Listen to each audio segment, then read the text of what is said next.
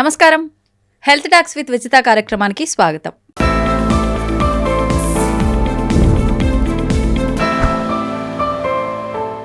మామూలుగా డాక్టర్లు అనగానే చాలా హెల్తీగా ఉంటారు, వాళ్ళకి అన్నీ తెలుసు, ఏది ఎలా బ్యాలెన్స్ చేయాలి అని చెప్పి అనుకుంటాము. కానీ వాళ్ళ బిజీ షెడ్యూల్లో వాళ్ళు సరిగా టైంకి తినరు అని చెప్పి అంటుంటారు. అయినా కూడా మీరు ఇంత హెల్తీగా చాలా ఫిట్గా కనిపిస్తున్నారు. అసలు ఏం తింటున్నారు మీరు రోజు? డాక్టర్లకు అన్నీ తెలుసు అనేది కొంతవరకు నిజము, అందరికీ ఎవరికి అన్నీ తెలియవు. First point. And second point, నిజంగానే చాలామంది డాక్టర్లు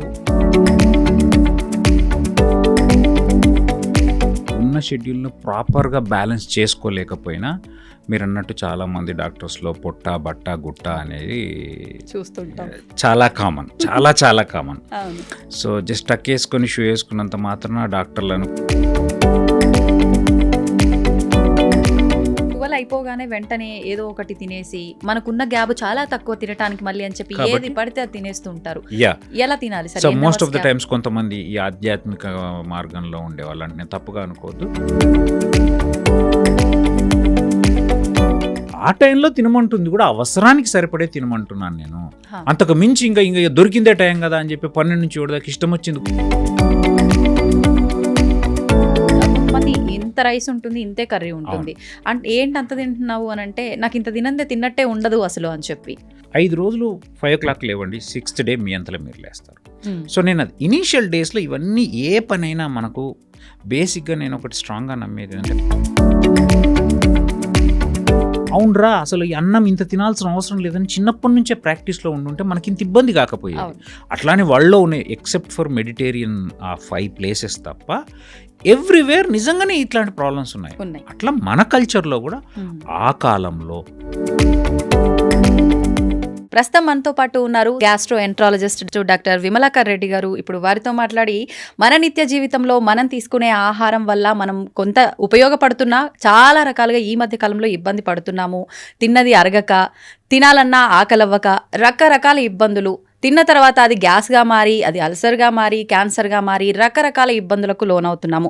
నిజంగా ఇలాంటి సమస్యలన్నీ ఎందుకు వస్తాయి? ఇలాంటివి రాకుండా ఉండాలంటే మనం ఎటువంటి జాగ్రత్తలు తీసుకోవాలి? ఇవన్నీ కూడా ఇప్పుడు వారితో మాట్లాడి తెలుసుకునే ప్రయత్నం చేద్దాం. Hi sir. హాయ్ మా, ఎలా ఉన్నారు? బాగున్నాను. చాలా రోజుల తర్వాత ఫైనల్లీ వచ్చేసారు. ఇప్పుడు 6 to 8 months అయినట్టుంది. అవును, అడిగి అవును. I'm sorry first of all. అయ్యో పర్లేదు సార్, టైం కుదరలేదు because of my busy schedule. But happy to come to I dream. Thank you sir. It was my dream to come to I dream. Thank you sir. మేము కూడా ఎప్పుడు మీతో shoot చేస్తామని చెప్పి చాలా వెయిట్ చేస్తున్నాం. Finally ఈరోజు నేను కూడా చాలా హ్యాపీ. సార్, ముందుగా అసలు మాకు మీరు ఏదైనా సలహాలు ఇచ్చే ముందు ఫస్ట్ అసలు మీ గురించి నేను తెలుసుకోవాలనుకుంటున్నా. మామూలుగా డాక్టర్లు అనగానే చాలా హెల్తీగా ఉంటారు, వాళ్ళకి అన్నీ తెలుసు, ఏది ఎలా బ్యాలెన్స్ చేయాలి అని చెప్పి అనుకుంటాము. కానీ వాళ్ళ బిజీ షెడ్యూల్లో వాళ్ళు సరిగా టైంకి తినరు అని చెప్పి అంటుంటారు. అయినా కూడా మీరు ఇంత హెల్తీగా చాలా ఫిట్గా కనిపిస్తున్నారు. అసలు ఏం తింటున్నారు మీరు రోజు? ఫస్ట్ ఆఫ్ ఆల్ మీరు అన్న దాంట్లో డాక్టర్లకు అన్నీ తెలుసు అనేది కొంతవరకు నిజము, అందరికీ ఎవరికి అన్నీ తెలియవు. First point. And second point, నిజంగానే చాలామంది డాక్టర్లు బిజీగా ఉంటారు, మెజారిటీ ఆఫ్ ద డాక్టర్స్. లేదా కొంతమంది బిజీ లేకపోతే ఉన్న షెడ్యూల్ను ప్రాపర్గా బ్యాలెన్స్ చేసుకోలేకపోయినా, మీరు అన్నట్టు చాలామంది డాక్టర్స్లో పొట్ట బట్ట గుట్ట అనేది చూస్తుంటాం. చాలా కామన్. సో జస్ట్ టక్ వేసుకొని షూ వేసుకున్నంత మాత్రాన డాక్టర్లు అనుకునే డాక్టర్లు చాలామంది ఉన్నారు, ఇంకా ఆ నోషన్లో ఉంటారు చాలా వరకు. బట్ నిజాయితీగా సైన్స్ ప్రకారం వాళ్ళకి చాలా మటుకు తెలుసు. అంటే నిజంగా ఏం తినాలి, ఏం తినకూడదు, ఏం తింటే బాగుంటాం, ఏం తింటే చెడిపోతాం అనేది తెలియక కాదు. ఒక సామెత ఉంటుంది ఊర్లో, తెలుసు కదా, ఊరందరికి ఉల్లిగడ్డ అద్దన్నా కానీ మనకద్దన్నా అన్నట్టు. సో ఏంటంటే కొన్నిసార్లు చెప్పేది పాటించకపోయే తత్వం ఉండొచ్చు, కొన్నిసార్లు తెలియకపోవచ్చు, కొన్నిసార్లు తెలిసినా చేయడానికి టైం లేకపోవచ్చు. బికాస్ ఆఫ్ దీస్ 3 reasons జరుగుతాయి. ఇంకా నాకు వచ్చేసరికి మీరు అన్నట్టుగా ఏదైనా నేను అందరికీ రిపీటెడ్గా చెప్పేది, మన ఆలోచన విధానం నుంచి వెళ్ళి, మన డైలీ చేసే పనిలో ఎఫిషియన్సీ నుంచి వెళ్ళి, మన ఓవరాల్ ఈ సొసైటీలో మన ప్లేస్ అంటే స్థానం వరకు అన్నిటినీ డిసైడ్ చేసేది మనం తినే ఆహారం. ఈ నాలుకనే లోపలికి ఏం పోతుంది, బయటికి ఏమొస్తుంది అనే ఈ రెండిటి మీదనే మన జీవితం ఆధారపడి ఉంటుంది. లోపలికి అవసరమైనంత తీసుకొని బయటికి అవసరమైనంత వస్తే అవును. ఖచ్చితంగా మనము హ్యాపీగా ఉంటాం, మన చుట్టూ ఉన్న ప్రపంచం హ్యాపీగా ఉంటుంది. సో తిండికి వచ్చేసరికి బేసికల్గా 80% కంట్రిబ్యూషన్ మన బాడీలో. చాలామంది అడుగుతారు, నేను రాగానే కూడా కావ్య మీరు అందరూ సార్ రోజు వర్కౌట్ చేస్తారు. అబద్ధం చెప్పదలుచుకోలేదు, నేనేం రోజు వర్కౌట్ చేయను. డెఫినెట్గా వారానికి 3 రోజులు చేస్తాను. బట్ రోజు అయితే పోయి గంటలు జిమ్లో ఉండను. నేను అదే చెప్పదలుచుకున్నా, మన 100%లో 80% డైట్ మాత్రం డైలీ అట్లీస్ట్ 90 to 95% కన్సిస్టెన్సీతో చేస్తాను. అంటే ఏంటి, కార్బోహైడ్రేట్ శాతాన్ని అవసరానికే తీసుకోవడం, అదే low carbohydrate or at times no carbohydrate. అంటే నో కార్బోహైడ్రేట్ అంటే కార్బోహైడ్రేట్ ఉంటుంది కానీ అది ఫైబర్ రూపంలో వస్తుంది. So low carbohydrate, high protein అంటే egg whites, chicken, fish, salmon fish, any type of fish and paneer, soya chunks, ఇట్లాంటి ప్రోటీన్ ఎక్కువ తీసుకుంటూ ఫైబర్ కంటెంట్, ఆకుకూరలు, కూరగాయలు, fresh fruits, non sweet fruits. మళ్ళీ చెప్తున్నా, మంచిగా రోజు అరటి పళ్ళు తింటా, రోజు మంచి స్వీట్గా ఉన్న అదేంటి మామిడి పళ్ళు తింటా అంటే మళ్ళీ రెడ్ వచ్చే కథ మొదలయ్యాయి. సో ఇవి తీసుకుంటూ ఫ్యాట్స్ను కొంచెం మోతాదులో అంటే ఒక 10 to 20% కంట్రిబ్యూషన్లో తీసుకుంటే ఖచ్చితంగా హెల్త్ బాగుంటుంది. అది ఎవ్రీథింగ్ నేను చెప్తున్నా కదా.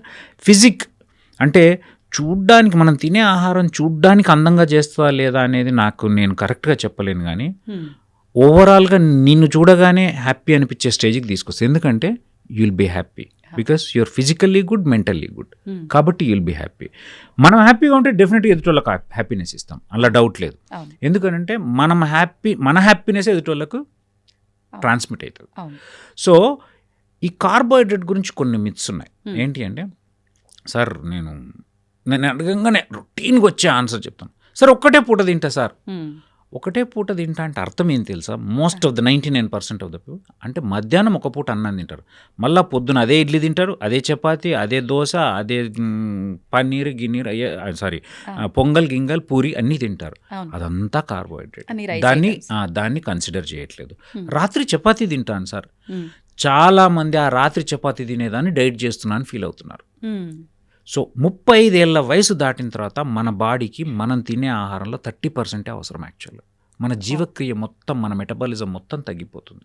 సో ఆ తగ్గిపోవడం వల్ల ఏమవుతుంది అని అంటే, నీకు ఎక్స్పెన్సెస్ తగ్గినప్పుడు నువ్వు ఇచ్చేదంతా జమ అవుతుంది, బ్యాంక్లో బ్యాలెన్స్గా రెడీ అవుతుంది. ఆ బ్యాలెన్స్ పొట్ట, గుట్ట అన్ని రకాలుగా, ఇంక్లూడింగ్ స్కిన్ టోన్తో సహా. నువ్వు కార్బోహైడ్రేట్ తీసుకునే వాళ్ళ స్కిన్ టోన్ తెలిసిపోతుంది, టాడ్ స్కిన్ లాగా ఉండిపోతుంది. అదే మనం ప్రోటీన్ తీసుకునే వాళ్ళు, కొలాజిన్ కంటెంట్ ఎక్కువ ఉన్న వాళ్ళు తీసుకున్న ఫ్రెష్గా ఉంటుంది, రిజువనేటెడ్గా ఉంటుంది, యంగ్గా కనపడుతుంది.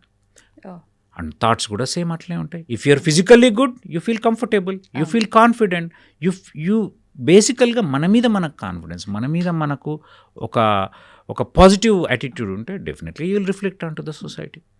సో నేను చెప్పేది ఏంటంటే 30%, ఇప్పుడు తీసుకున్న దాంట్లో 30% మాత్రమే తీసుకోండి. కార్బోహైడ్రేట్ దయచేసి పొద్దున తినే బ్రేక్ఫాస్ట్ను కూడా మీల్గానే కన్సిడర్ చేయండి. రాత్రికి తీసుకునే కార్బోహైడ్రేట్ను కూడా మీల్గానే కన్సిడర్ చేయండి.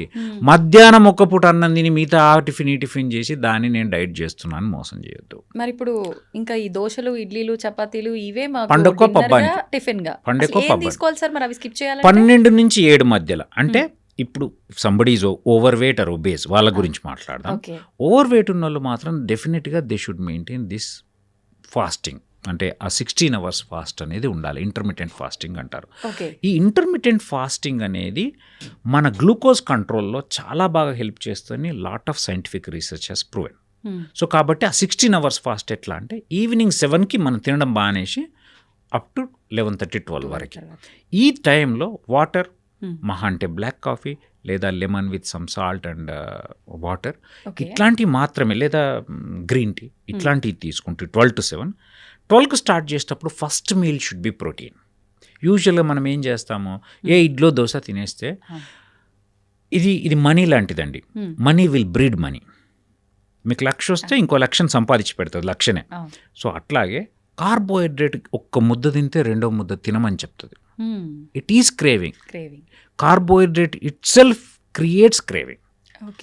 మైండ్కి మీరు ఎప్పుడన్నా ఆలోచించండి, పొద్దున బ్రేక్ఫాస్ట్ చేస్తే లంచ్ కాకలి అవుతుంది. అవును. అదే పొద్దున ఏం చేయకండి, అదే ఫస్ట్ మీల్ ప్రోటీన్ మంచిగా 7-8 పీసెస్ ఆఫ్ చికెన్ తీసుకోండి, మీకు సాయంత్రం దాకా ఏం ఆకలి కాదు. ఎందుకంటే ప్రోటీన్ డైజెషన్కి చాలా టైం పడుతుంది. కార్బోహైడ్రేట్ అనేది అలా తినగానే, ఇట్లా ఇడ్లీ అయితే ఇట్లా తినగానే అట్లా వెళ్ళిపోతుంది, మంచిగా గ్లూకోజ్ ఇచ్చి ఇమీడియట్ గ్లూకోజ్ ఇస్తుంది, కడుపు ఖాళీ అవుతుంది, మళ్ళీ తినపోతుంది. అది మైండ్ను డల్ చేస్తుంది, బాడీని డల్ చేస్తుంది, అండ్ నీకు ఎనర్జీకి ఎంత 30% కావాలి, అది కాగా మిగిలినంతా స్టోరేజ్లోకి వెళ్ళిపోతుంది. ఇప్పుడు చాలా మంది మీరు అన్నట్టుగా 7 to 12 ఇది ఎవరైతే మెయింటైన్ చేస్తున్నారో 12 అయిపోగానే వెంటనే ఏదో ఒకటి తినేసి మనకున్న గ్యాప్ చాలా తక్కువ తినడానికి మళ్ళీ అని చెప్పి ఏది పడితే అది తినేస్తూ ఉంటారు. ఎలా తినాలి sir? So most of the times కొంతమంది ఈ ఆధ్యాత్మిక మార్గంలో ఉండే వాళ్ళు, అంటే నేను తప్పుగా అనుకోవద్దు, అండ్ ఆ వ్రతాలు స్వాములు ఏమైనా పట్టుకుంటారు, కానీ పట్టుకున్న లాభం లేకుండా అది దొరికిన టైంలో చాలా ఎక్కువ తినేస్తారు. అది చాలా చాలా తప్పు. ఆ టైంలో తినమంటుంది కూడా అవసరానికి సరిపడే తినమంటున్నాను నేను, అంతకు మించి ఇంకా దొరికిందే టైం కదా అని చెప్పి 12 నుంచి 7 దాకా ఇష్టం వచ్చింది గుద్దుతా అంటే నడిచేది అది. సో అప్పుడు కూడా ఫస్ట్ ప్రోటీన్ మీల్తో స్టార్ట్ చేసి నేను తినేది చెప్తాను. 12 to 7 మధ్యలో నేను ఏం తింటాను అంటే యూజువల్గా ఫస్ట్ 4 ఎగ్ వైట్స్ ఇస్తారు, తర్వాత ఏ బ్రక్కోలియా, లిట్యూస్ లాంటివి, లేదా కీరా, క్యారెట్ కలిపిన ఒక సలాడ్ కానీ అది తినేస్తాను. ఇంకా మరీ ఆకలి అయితే 2-3 టైంలో కొన్ని చికెన్ పీసెస్ తింటాను.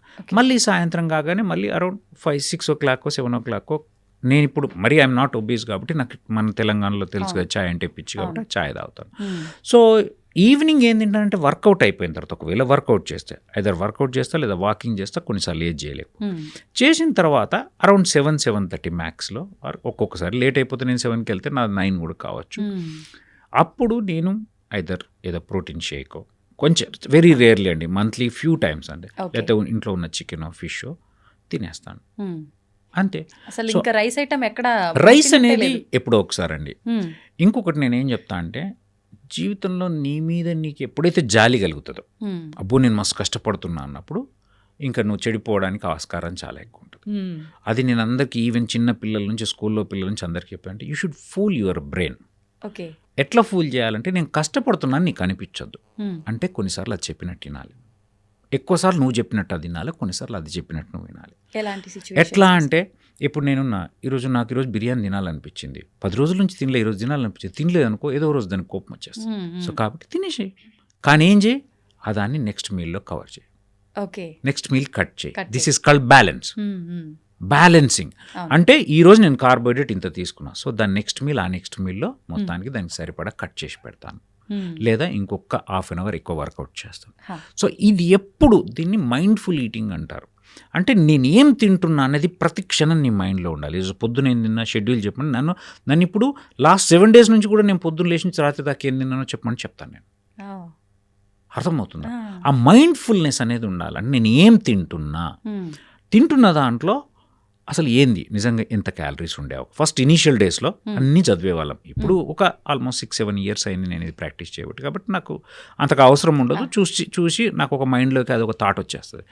బట్ ఒకటి తింటున్నప్పుడు ఎంత తింటున్నాను, ఇది నాకు ఎంత అవసరము, నాకు పర్ డే నిజంగా ఎంత కార్బోహైడ్రేట్ అవసరము, 50 to 80 to max 100 grams అవసరం, నేను నిజంగా తినే 2 ఇడ్లీలలో వచ్చేస్తుంది, ఎంత అన్యాయం, ఇంతకు మించి నాకు అవసరం లేదు అనే ఒక థాట్ ప్రాసెస్ని డెవలప్ చేసుకొని, అండ్ ఇది నిజంగా నేను చేస్తుంది రైట్ పని అని నమ్మాలి. ఫస్ట్ పాయింట్, అమ్మో విజిత బాగా తినేసింది, లేదా ఇంకోళ్ళు బాగా తినేసింది, నేను తింటలేను, ఆ జాలీలోకి పోతే నాకు నువ్వు ఎప్పటికైనా ఇంకా బాగుపడరు. ఓకే, కానీ చాలా మంది అంటారు సార్, ఒక 2-3 ఒక దగ్గర ఉన్నప్పుడు కొంతమంది ఇంతే తింటారు, కర్రీస్ ఎక్కువ తీసుకుంటారు, రైస్, కొంతమంది ఇంత రైస్ ఉంటుంది, ఇంతే కర్రీ ఉంటుంది, అంటే ఏంటి అంత తింటున్నావు అని అంటే, నాకు ఇంత తిన్నట్టే ఉండదు అసలు అని చెప్పి నేను ఒకటి చెప్తే, అదే విజిత, మన మైండ్కి ఏది ట్రైన్ చేస్తుంది అవుతుందమ్మా.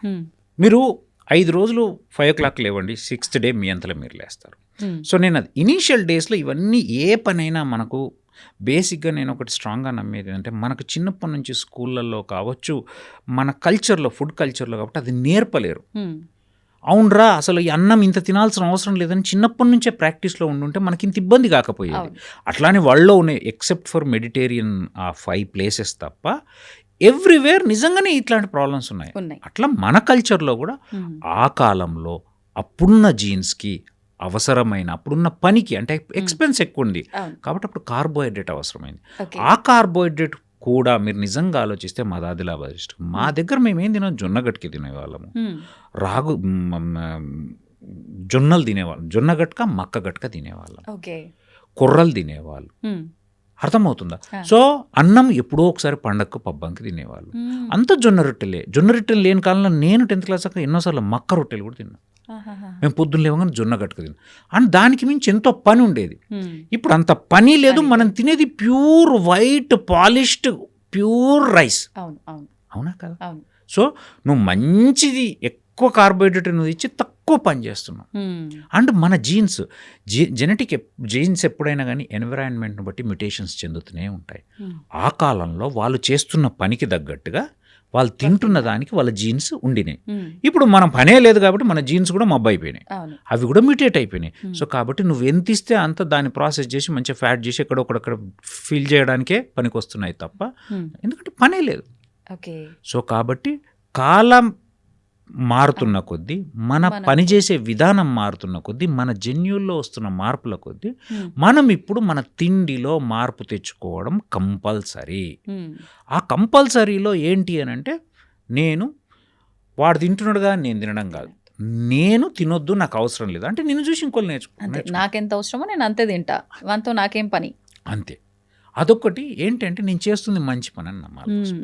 అండ్ అప్పుడప్పుడు నిజంగా క్రేవింగ్ వస్తుంది ఏదో ఒకటి, అరే స్వీట్ చూస్తే ఎవరికైనా తినవద్దు, తినేసేయి. నేనేమంటే తిను, నెక్స్ట్ బ్యాలెన్స్ చేయాలి ఖచ్చితంగా. సరే, ఇప్పుడు ఇందాక మీరు ఒక మాట అన్నారు, అప్పటి కాలంలో వాళ్ళకు ఆ తిండికి తగ్గట్టుగా పని ఉండేదని.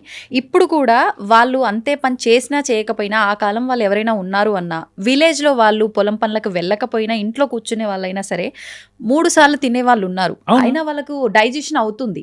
మనం ఒక్కసారి తిన్నా కూడా డైజెషన్ అవ్వట్లేదు. నాకు అరగలేదే అని అంటే, ఎందుకు అరగదు నీకు, వయసులో ఉన్న పిల్లవు, మాకు అరుగుతుంది కదా, రాళ్ళైనా అరిగించుకోవాలంటారు, నీకెందుకు అరగట్లేదు అని చెప్పి తిడుతూ ఉంటారు. ఎక్కడ వస్తుందంటారు? అదే జెనెటిక్ మేకప్. వాళ్ళ జీన్స్ వాళ్ళు ఒక వయసులో ఉన్నప్పుడు ఒక 35 to 35 ఇయర్స్ ఎంతో కష్టపడి వాళ్ళ అప్పుడున్న కాలమాన పరిస్థితుల ప్రకారం, వాళ్ళ పని ప్రకారం వాళ్ళ జెనెటిక్ మేకప్ అట్లుంది. అర్థమవుతుందా? సో కాబట్టి ఇప్పటికీ కొంచెం పని తక్కువైనా కానీ జీర్ణించుకోగలుగుతున్నారు. మనం ఎప్పుడు ఫస్ట్ నుంచి ఎక్స్పోజరే లేదు దానికి. సో మన జీన్సే మబ్బు జీన్స్, ఎఫెక్ట్ అక్కడే పడింది. అంతే కదా మరి. It's genetic makeup. ఇప్పుడు చాలా మంది అంటారు, ఇప్పుడు ఒక చిన్న విషయం చెప్తా. ఇప్పుడు ఒక ప్యాంక్రెటైటిస్ ఉంటుంది. ప్యాంక్రెటైటిస్ ఆల్కహాల్ తీసుకోవడం వల్ల వస్తుంది. 1000 మంది తీసుకుంటే నిజంగా ఎంతమందికి వస్తుంది? 5గురికి వస్తుంది. ఇప్పుడు ఈ 5గురు పాపం నా దోస్తుగాడు బాటిల్ తాగుతాడు సార్, నేను గింత మూతేడు తాగినా, అది నీ కర్మ, అది నీ జెనెటిక్ మేకప్. సో అట్లా ప్రతిదానికి నీ జీన్స్ అనేవి మ్యాటర్ అవుతాయి. సో ఎస్పెషల్లీ ఈ ఫుడ్ అండ్ బాడీ బిల్ట్ అనేది పేరెంట్స్ నుంచి వచ్చింది, ఎన్వైరన్మెంట్తో నువ్విస్తున్నా అంటే. ఎన్వైరన్మెంట్ అంటే ఏంటంటే ఎక్కడున్నావు, ఎంత పని చేసినావు, ఎంత టెంపరేచర్లో ఉన్నావు, ఎట్లా ఎంత మానసిక పరిస్థితుల్లో ఉన్నావు, వీటి బట్టి ఎప్పుడు మ్యూటేట్ అవుతూనే ఉంటాయి. సో ఆ పరిస్థితుల్లో ఉన్న వాళ్ళకి అట్లా జీర్ణం కావడం అవుతుంది. మనం ఎప్పుడూ అట్లాంటి పరిస్థితులకు ఎక్స్పోజ్ కాలేదు కాబట్టి నడుస్తుంది. ఇప్పుడు మీరు చెప్పిన ఈ ఫుడ్ డైట్ కానీ బ్యాలెన్సింగ్ కానీ ఇదంతా వయసును బట్టి పాటించాలా? చిన్నపిల్లల్లో కూడా చాలా మంది ఇప్పుడు నేను డైట్ చేస్తున్నా అంటే నా పిల్లల్ని కూడా నేనేం తింటున్నానో అదే పెట్టాల్సి వస్తుంది. చైల్డ్హుడ్ ఒబెసిటీ, ఎక్సలెంట్ క్వశ్చన్ ఇది. ఎందుకంటే చైల్డ్హుడ్ ఒబెసిటీ అనేది చాలా ఎక్కువైపోతుంది. మనం ఇంతకుముందు ప్రపంచంలో మన దేశం భారతదేశము డయాబెటీస్ క్యాపిటల్ అయింది కదా, ఇప్పుడు ఒబెసిటీకి కూడా క్యాపిటల్ అయిపోతుంది. ఎందుకు అని అంటే చైల్డ్హుడ్ ఒబెసిటీ పెరుగుతుంది. చైల్డ్హుడ్ ఒబెసిటీ అదే మళ్ళీ చెప్పుకొస్తున్నా, మనము తల్లిదండ్రి ఇంకోటి గుర్తుపెట్టుకోండి, ఫుడ్ అనేది కల్చర్. మీరు బాగా గమనించండి, ఇప్పటికీ మీ అమ్మ వండిందే మీకు నచ్చుతుంది, మీ అత్త వండిన దానికంటే చెప్తున్నా. ఎందుకంటే కల్చర్, మనం దేనికైతే అలవాటు పడ్డామో మన జీవ చాపల్యం అంటుంది, సో దానికి మాత్రమే రెస్పాండ్ అవుతుంది. సో చిన్నప్పటి నుంచి మీరేం తింటున్నారో, మీరేం తిన్నారు, మీ పేరెంట్స్ ఏం తిన్నారో మీరు తిన్నారు. సో మీరేం తింటారో మీ పిల్లలు అది తింటారు. కాబట్టి మీరు అండ్ ఇంకోటి, ఇప్పుడు మనం కొంతవరకు ఒక పల్లెటూరు బ్యాక్గ్రౌండ్ నుంచి సడన్గా రీజనబ్లీ గుడ్ అఫోర్డబుల్ స్టేజ్కి రాగానే ఈ comfortable food, pizza, burger, stored, junk అన్నిటికీ మనం ఎప్పుడు, ఎందుకంటే మనం చిన్నప్పటి నుంచి ఎంజాయ్ చేయలేదు అనే ఉద్దేశంతో మనం తెచ్చుకుంటాం. అన్నీ నాన్ వెజ్లు అన్నీ వాటితో పాటు రైస్ అని పెట్టి, సో అది పిల్లలకు అలవాటైంది. అలవాటు కావడం వల్ల నిజంగానే ఆ 14 ఏళ్ళ లోపు కూడా ఒబెసిటీ అనేది పెరిగిపోతుంది.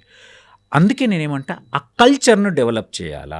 ఇప్పుడు మీరేం తింటున్నారో అది వాళ్ళకి ఇప్పటి నుంచి అలవాటు చేయడంలో తప్పు లేదు. కాకపోతే ఒకటి ఏంటంటే ఎక్స్పెన్సెస్ వాళ్ళకి ఎక్కువ ఉంటాయి. ఎందుకంటే గ్రోత్కి కావాల్సింది వాళ్ళ గ్రోత్కి ఎక్కువ అవసరం పడుతుంది. వాళ్ళకి 100% అవసరమైతే మీకు 30% అవసరం అవుతుంది. కాబట్టి 100% సరిపోయేంత బ్యాలెన్స్డ్ డైట్ ఇవ్వండి. ఓకే, అంటే అక్కడ క్వాంటిటీ పెంచాల్సి ఉంటుందా సార్? మనం క్వాంటిటీని పెంచండి అంతే. అంటే ఇప్పుడు ప్రోటీన్ వానికి ఇంకొక 10-15 గ్రామ్స్ ఎక్కువ ఇవ్వండి. అంటే మనం 1 gram per KG body weight తింటాం కదా, 1.5 ఇవ్వండి. అర్థమవుతుందా? లేదు 1 ఇచ్చిన కార్బోహైడ్రేట్స్లో కొంచెం మనం ఎంత 20-30% తీసుకున్నాం, మనం 100 గ్రామ్స్ తీసుకుంటే ఆయనకు 200 గ్రామ్స్ ఇవ్వండి, 200 గ్రామ్స్ ఇవ్వండి. ఫ్యాట్ ఇంకొక 10% పెంచండి. అంతే తప్ప మళ్ళీ మొత్తం అంతా రైస్ పెట్టి ఉత్త సాంబార్ పోసేసి తిండి పెట్టమని చెప్పట్లేదు. చికెన్ ముక్కలు ఇప్పుడు నేను చాలా మంది పిల్లలు చూస్తాను, చికెన్ వాడు ముక్కలు తినడు, ఉత్త సూప్ వేసుకొని ఇంత అన్నం వేసుకొని తింటారు. ఎన్నిసార్లు చెప్పినా ఎంత చెప్పినా ఏంటంటే సో దానివల్ల లాభమే లేదు. చికెన్ తిన్నా అంటే చికెన్ తినాలి కదా, నువ్వు చికెన్ తినకుండా రైస్ తినడంలో లాభం లేదు. సో మనం పెట్టమన్నాం కదా అని మనం ఇంత అన్నం తిని వాడికి ఇంత అన్నం పెట్టమంటలేదు నేను. మనం 4 ముక్కలు తింటే వాడికి 6 ముక్కలు పెట్టమంటారు. అంటే కర్రీ క్వాంటిటీ పెంచాలి. Very good. అండ్ ఇంకోటి especially fresh vegetables, non sweet fruits, mixed diet, అన్ని రకాల డైట్స్కి ఎక్స్పోజ్ చేయడం. చిన్నపిల్లల్లో బేసిక్గా అవాయిడ్ చేయాల్సిందంటే అన్ని రకాల ఫుడ్స్కి ఎక్స్పోజ్ చేయడము, ఫ్రెష్ వెజిటేబుల్స్ అండ్ ఫ్రూట్స్కి అలవాటు చేయడము, జంక్ ఫుడ్కి దూరంగా ఉంచడం. Anything if you are opening a packet that is dangerous, గుర్తుపెట్టుకోండి. ఏదైనా కానీ బిస్కెట్ ప్యాకెట్ కానీ, నూడిల్ ప్యాకెట్ కానీ, చిప్స్ ప్యాకెట్ కానీ, కారబూంది ప్యాకెట్ కానీ, ఏ ప్యాకెట్ అన్నా మీరు ఇప్పుతున్నారంటే దరిద్రమే. ఎందుకంటే దాన్ని ఎంతో ప్రాసెస్ చేసి దాంట్లో ఎన్నో కెమికల్స్ కలిపి స్టోరేజ్కి పాడు కాకుండా ఉండడానికి, దాని లాంగివిటీని పెంచడానికి కెమికల్స్ని కలిపి అందులో పెట్టడం జరుగుతుంది. అందులో ఉండే అండ్ ఇంకోటి ఏంటంటే ఒక సింపుల్, ప్రతిదాన్ని ఎక్కువ కాలం స్టోర్ చేయాలంటే ఊర్లో మనం ఊరగాయ పెడితే ఏం చేస్తాం, చాలా సాల్ట్ వేస్తాం. సో సాల్ట్ వేయకుండా అది స్టోరేజ్ చేయడం వీలే కాదు దేన్ని కూడా. సో అందుకే అవి చాలా టేస్టీగా ఉంటాయి. ప్రతిదీ స్టోర్డ్ ఫుడ్ ఏదైతే ఉందో ప్రాసెస్డ్ ఫుడ్ చాలా టేస్టీగా ఉంటుంది. అందులో చాలా కెమికల్స్ కలపడమే కాక సాల్ట్ కలపడం కాకుండా దాన్ని టేస్టీగా చేయడానికి కొన్ని టేస్ట్నర్స్ ఉంటాయి, వాటిని యాడ్ చేస్తాం. అవన్నీ కార్సినోజెనిక్, అవన్నీ ఏదో ఒక రోజు క్యాన్సర్ చేస్తాయి, అవన్నీ ఒబెసిటీని పెంచుతాయి. అంతెందుకండి, ఏ క్యాన్సర్ను డైరెక్ట్ కాజ్ చేయాల్సిన అవసరం లేదు. Obesity is mother of all diseases. ఈ స్టేట్మెంట్ మీరు చాలా ప్రాపగేట్ చేయాలి. మీడియాకు కూడా నేను రిపీటెడ్గా చెప్తాను. ఎందుకంటే obesity is mother of all diseases. తల్లి లాంటి ఆ రోగం అదొక్కటి ఉంటే జర అన్ని రోగాలు వచ్చింటాయి. పైన మైగ్రేన్ నుంచి వెళ్ళి, స్ట్రోక్ నుంచి వెళ్ళి, హార్ట్ ప్రాబ్లం నుంచి, diabetes, hyper tension, hyper lipidaemia అంటే లిపిడ్ ప్రొఫైల్ ఆల్టర్ అయిపోవడం నుంచి వెళ్ళి, లివర్ పాడు కావడం నుంచి వెళ్ళి, కాన్స్టిపేషన్ నుంచి వెళ్ళి, జాయింట్ పెయిన్స్ నుంచి వెళ్ళి, ఇన్ఫర్టిలిటీ, పీసీఓడి వచ్చి ఇన్ఫర్టిలిటీ వచ్చేంత వరకు, ప్రతి వ్యాధికి, క్యాన్సర్ వరకు ఒబెసిటీ కారణం. మీకు అర్థమవుతుందో లేదు. ఒక వింత పాయింట్ చెప్తాను. ఇంతకుముందు మీకు లివర్ దేనివల్ల పాడవుతుందని తెలుసు కదా? ఇప్పుడు అంతకు మించి ఫ్యాటీ లివర్ వల్ల పాడైతుంది. ఫ్యాటీ లివర్ అంటే ఏంది? బాడీలో ఫ్యాట్ పెరుగుతుంది, లివర్లో చేరుతుంది. లివర్లో చేరి 1,00,000 హెపటోసైట్స్ అంటే లివర్ కణాలు ఉండాల్సిన ప్లేస్లో అందులో మధ్యలో ఫ్యాటే చేరిపోయి వాటి పర్సంటేజ్ నీకు 30,000కో 40,000కో పడిపోయినప్పుడు పనిచేసే కణాలు తగ్గిపోయి ఫ్యాట్ పెరిగిపోతుంది. అది సిర్రోసిస్. అది మెల్లగా సిర్రోసిస్, అది మెల్లగా ఫ్యాట్ కాస్త ఫైబ్రోసిస్ అయితే, ఫైబ్రోసిస్ కాస్త సిర్రోసిస్ అయితే. సార్ ఇప్పుడు లివర్ మనకు డేంజర్లో ఉంది అని అంటే ఒక స్టేజ్ నుంచి ఇంకో స్టేజ్ కంటే సిరోసిస్ స్టేజ్కి వెళ్తుంది అన్నారు. ఆ స్టేజ్కి వెళ్తుంది అన్నాక కూడా అంటే లాస్ట్ మూమెంట్లో ఇంకా ట్రీట్మెంట్ అవసరం అన్నప్పుడే చాలా మందికి బయటపడుతుంటాయి లక్షణాలు. ముందుగానే లివర్ మనకు డ్యామేజ్ అయ్యే ఛాన్సెస్ ఉన్నాయి అన్నప్పుడు మనకేమైనా సిమ్టమ్స్ తెలిసే అవకాశం ఉందా? ఏముండవు. యాక్చువల్గా ఫ్యాటీ లివర్లో సిమ్టమ్స్ ఏముండవు. చాలా మంది సార్ నాకు ఫ్యాటీ లివర్ ఉంది నొప్పి అని వస్తారు, కానీ ఏ ఫ్యాటీ లివర్ వల్ల నొప్పి రాదు. మీరన్న point very valid. Fatty liver అనేది సైలెంట్ కిల్లర్. స్లోగా పోయి అది ఎప్పుడైతే ఫైబ్రోసిస్ అయ్యి సిర్రోసిస్ అవుతుందో అప్పుడే కడుపులో నీరు చేరడమో, జాండీస్ రావడమో, కాళ్ళవాపులు రావడమో, లేకపోతే రక్తవాంతులు కావడమో, లేకపోతే ఓష్ తప్పిపోవడం, ఎన్సెఫలోపతి, వీటి వల్ల మాత్రమే బయటపడుతుంది. అందుకే నేను ఏం చెప్తున్నా అంటే ఫస్ట్ నుంచి వెళ్ళి నీ వెయిట్ని కంట్రోల్లో పెట్టుకొని షుగర్ను కంట్రోల్లో పెట్టుకుంటే ఫ్యాటీ లివర్ వచ్చే అవకాశాలే తక్కువ ఉంటాయి.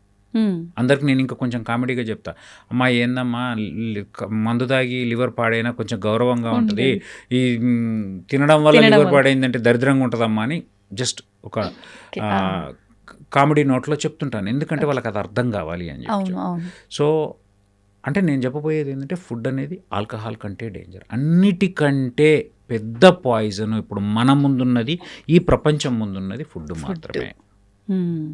నిజంగా సార్, ఫుడ్ ఒక్కటే కాదు, మనకు నిద్ర, వర్కౌట్స్ చేయకపోవడం కూడా చాలా ఎఫెక్ట్ అవుతుంది హెల్త్కి అని అంటారు. మనకి ఎంత శాతం ఉండాలంటారు ఇదంతా కూడా? సో కంపల్సరీ ఇప్పుడు చెప్పాను కదా, 20% exercise, 20 to 30% exercise, 70 to 80% diet, first point.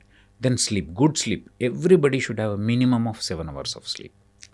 చాలామంది, కొంతమంది మేము 3-4 గంటలు పండుకొని హ్యాపీగా ఉన్నాము, అది నిజంగా చూస్తే ఆ బ్యాలెన్స్డ్ లైఫ్ అయితే ఏదైతే ఉందో, అంటే పర్సనల్, ఫ్యామిలీ, ప్రొఫెషనల్, సోషల్, ఈ 4 లైఫ్లుగా ప్రతి మనిషికి ఉంటాయి. దీంట్లో మీరు పోయి తొంగి చూస్తే, ఆ మనిషిలోకి తొంగి చూస్తే నిజంగా ఎందులో ఒక దాంట్లో బ్యాలెన్స్ లేకుండానే బతుకుతుంటాడు. సో వాళ్ళని చూసి మనం మోసదు. ఎంతోమంది డాక్టర్లు కూడా, పెద్ద గొప్ప గొప్ప డాక్టర్లు, మేము 3 గంటలే పడుకుంటాము, రాత్రి 12 నుంచి 2 వరకు రీసెర్చ్ చేసుకుంటాము, బట్ స్టిల్ పోయి చూస్తే they are not living happy life. అది ప్రూవ్ అవుతుంది. సో మంచి ఆరోగ్యం ఉండాలి అని అంటే, మంచి బ్యాలెన్స్ లైఫ్ ఉండాలంటే మినిమమ్ ఆఫ్ 7 hours.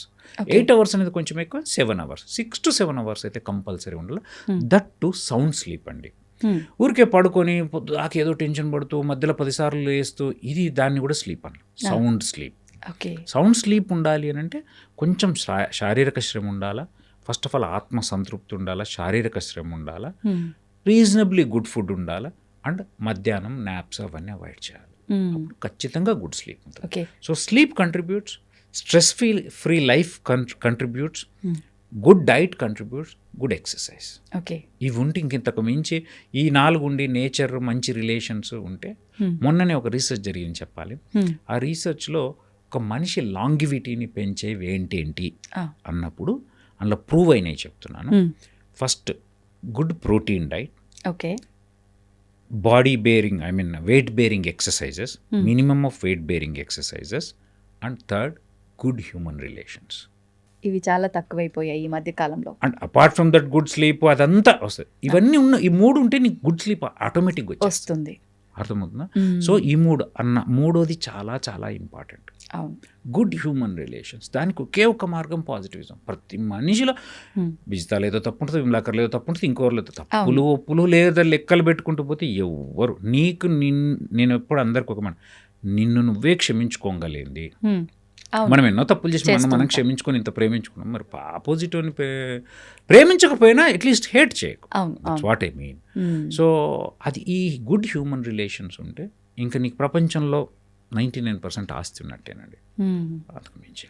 ఓకే, అయితే ఇప్పుడు మీరు అన్నట్టుగా 7 hours స్లీప్ ఓకే, కానీ చాలామంది లేట్ నైట్ పడుకొని అది 7 hours అవ్వాలి కదా అని చెప్పి లేట్గా లేవటం, బ్యాలెన్స్ చేసి అది 7 hours అయిన తర్వాత లేవటం, ఇలా చేస్తుంటారు.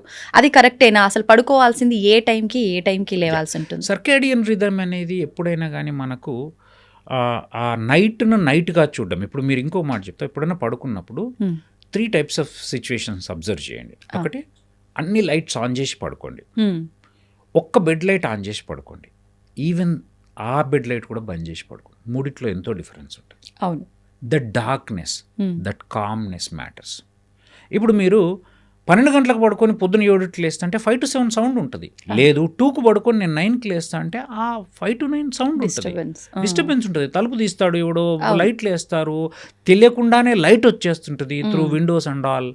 So I don't think that is a sound sleep. ఇప్పుడు ఇంకా మనకు పట్టణాల్లో అయితే ఉల్లిగడ్డలని అవని ఇవని లొల్లులు ఏదో ఒకటి ఉంటుంది. సో కాబట్టి ఖచ్చితంగా సర్కాడియన్ రిథమ్ దెబ్బతింటుంది.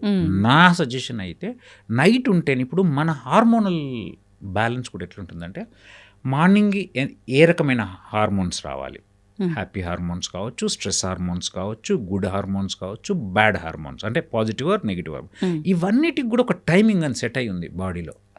ఆ సర్కాడియన్ రిథమ్ అనేది ఉంది. ఆ జీవక్రియ మెటబాలిజంలో అవన్నీ డిజైన్ చేయబడ్డాయి. నువ్వు దాన్ని జస్ట్ స్లీప్ మారిస్తే అన్ని మారిపోవు. అర్థమవుతుందా? ఆ 4 గంటలకు రావాల్సి 4 గంటలకే వస్తుంది. అర్థమవుతుందా? నువ్వు 10కి పండుకుంటాను, అది వెయిట్ చేయదు కదా. So that is human body is built like that. So దాన్ని గౌరవించడం, నేచర్ను గౌరవించడం మనం నేర్చుకోవాలి. మన ఒక్కరి కోసం నేచర్ మారిపోదండి. ఓకే, అయితే ఇప్పుడు ఫుడ్ విషయానికి వస్తే మనం ఇందాక చాలా మాట్లాడాం. బట్ ఇంకొకటి, ప్రతి ఒక్కరు కూడా ఉదయం లేచిన దగ్గర నుంచి ఎంత ఫ్రెష్ ఫుడ్ తీసుకోవాలని చెప్పినా కూడా నైట్ మనం ఫ్రెష్గా తీసుకొచ్చామా దాన్ని ఫ్రిడ్జ్లో పడేస్తాం. పొద్దున ఫ్రిడ్జ్లోంచి తీసి వండుకుంటాము. పాల ప్యాకెట్లు పొద్దున్న లేస్తే అందులో పడేస్తాము, 2-3 రోజులకి సరిపోని తెచ్చి తీస్తాము, కాఫీలని టీలని. అసలు కరెక్టేనా సార్ ఫ్రిడ్జ్లు వాడటం? ఇదంతా కరెక్టే అంటారా? ఏంటంటే అట్లా అట్లీస్ట్ ఇంకా మనం అదృష్టవంతులం అని భావించాలి. మీరు ఎప్పుడైనా వెస్టర్న్ కంట్రీస్ యూఎస్ అట్లా పోతే పాపం ఎంత జాలేస్తుంది అంటే, నేను నా ఫ్రెండ్స్ దగ్గర కూడా చూసినప్పుడు వాళ్ళు సండే రోజు వండుకుంటారు, నెక్స్ట్ సాటర్డే వరకు అదే తింటారు. I have seen. ఓకే. నా క్లోజ్ ఫ్రెండ్స్, మంచి ఫ్రెండ్స్ ఇటుకైనా వాళ్ళకి అఫోర్డబిలిటీ లేక కాదండి, టైం ఉండక.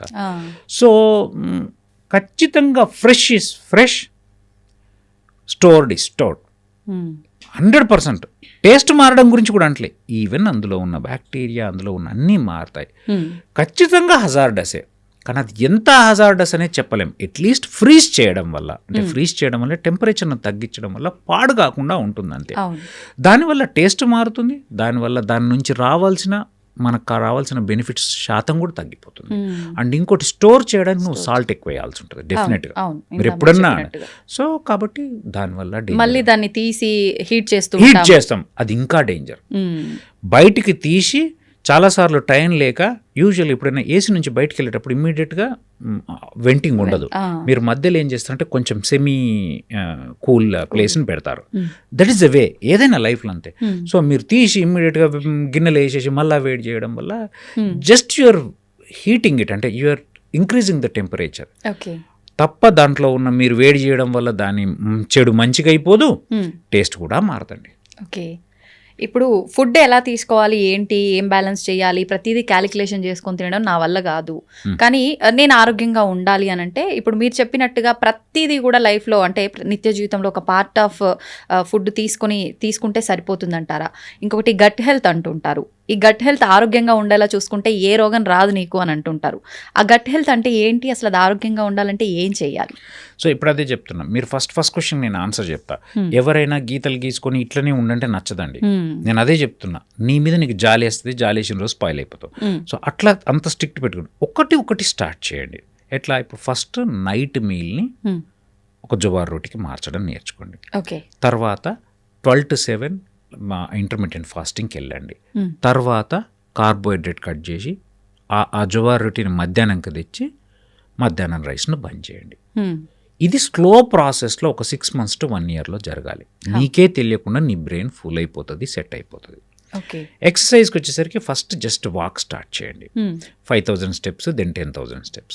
వాక్ అయిపోయిన తర్వాత ఈ వాక్ చేస్తూ ఈ కొంచెం కార్బోహైడ్రేట్ తగ్గించడం వల్ల కొంచెం షేప్లో తేడా వస్తుంది. ఇప్పుడు ప్రతి ఒక్క విమల్ బాగా అవుతున్నారా, స్టైల్గా ఉన్నారా, ఇంకోటి అన్నారు అన్నప్పుడు మీకు తెలియకుండానే ఒక మోరల్ ఎంకరేజ్మెంట్ వస్తుంది. సో ఆ ఎంకరేజ్మెంట్ నిన్ను దానంతలదే ముందుకు తోస్తుంది. నా మాట వినండి, నేను చెప్తున్నా కదా, 100% నిన్ను అద్దన్నయ్యే వద్దులేరా, ఎందుకు వచ్చిన ఇప్పుడు ఇది తింటే నేను మళ్ళీ రేపు ఖాళీ ఉండాలి, అవసరమా అనే ఫీలింగ్లోకి వెళ్ళిపోతారు. అప్పుడు మెల్లగా ఇంట్లో ఉండే పరిస్థితులు, ఈవెన్ చాలామంది వర్కౌట్స్ గురించి కూడా ఆవేశంగా జిమ్కి గట్టి, స్విమ్మింగ్ పూల్కి గట్టి అవన్నీ పనిచేయండి. First start with walk and push-ups. Just push-ups first 2 కొట్టండి, 10 కొట్టండి, 20 కొట్టండి, 30 కొట్టండి. కొంచెం షేప్ వస్తుంటుంది. కొంచెం జంపింగ్ జాక్స్ చేయడం, కొద్దిగా ఏదో చిన్న చితక చేతులు కాళ్ళు ఊపడము, ఇవి చేస్తూ డైట్ చేస్తే ఒక 6 monthsలో మీలో తెలియకుండా మీలో మార్పు వస్తుంది, మీకు తెలియకుండా మీలో మార్పు వస్తుంది. అది ప్రపంచం గుర్తిస్తుంది, గుర్తించి మిమ్మల్ని ఎంకరేజ్ చేస్తుంది. అప్పుడు మిమ్మల్ని మీరే ఎంకరేజ్ చేసుకుంటారు. ఇలా స్లోగా చేయండి. ఏది కూడా ఇలా విమలాకర్ క్లాస్ వీకెండ్ కదా అని చెప్పి పోయి రేపు పొద్దున జిమ్కి కట్టేస్తా, ఇంట్లోకి వెళ్ళి అన్నం తీసేస్తా, ఇట్ నెవర్ హ్యాపెన్స్ అండి. వీఆర్ ఆల్ హ్యూమన్ బీయింగ్ కదా. సో కాబట్టి ఎప్పుడు జరగదు, స్లో ప్రాసెస్. ఏదైనా నీ బ్రెయిన్ నువ్వు ఫూల్ చేయాలి. అదే ఇందులో నేను చెప్పిన మార్గాలు ఏంటంటే ఇట్లా చిన్నగా స్టార్ట్ చేస్తే సెట్ అవుతుంది. అండ్ గట్ హెల్త్కి వస్తే ప్రతిసారి ఒక్కొక్క 2-3 ఏళ్ళకు ఒకసారి టాపిక్స్ కొత్తవి క్రియేట్ అవుతుంటాయి. అవి నిజంగా మంచివి ఉంటాయి, కొన్ని చెడ్డవి ఉంటాయి. అంటే ఇప్పుడు మనం చూసినప్పుడు, అంటే చెడు అని కాదు, టీవీ నుంచి వెళ్ళి సినిమా నుంచి టీవీ, ఏలియన్ నుంచి సినిమాకి వచ్చిన, టీవీ నుంచి టీవీకి వచ్చిన, టీవీ నుంచి బుల్లితెరకు వచ్చిన, బుల్లితెర నుంచి వెళ్ళి స్టూడియోలకు వచ్చి ఇట్లా, అంటే చిన్న చిన్న ఛానళ్ళకు వచ్చినాం, ఎన్నో. అట్లా ప్రతిదీ మనం మైన్యూట్ లెవెల్కి వెళ్తున్నాం. ఆ మైన్యూట్ లెవెల్ ఫస్ట్ ఏంటి, డైట్లో అసలు ఓవరాల్గా 3 ఉన్న మ్యాక్రోన్యూట్రియంట్స్ ఏవైతే ఉన్నాయో, మ్యాక్రోన్యూట్రియంట్స్ ఏంటి కార్బోహైడ్రేట్, ప్రోటీన్ అండ్ ఫ్యాట్. వాటి గురించి మాట్లాడినాం, ఒక 2-3 ఏళ్ళు మాట్లాడినాం. ఇప్పుడు కొంచెం micronutrients importance and gut health importance.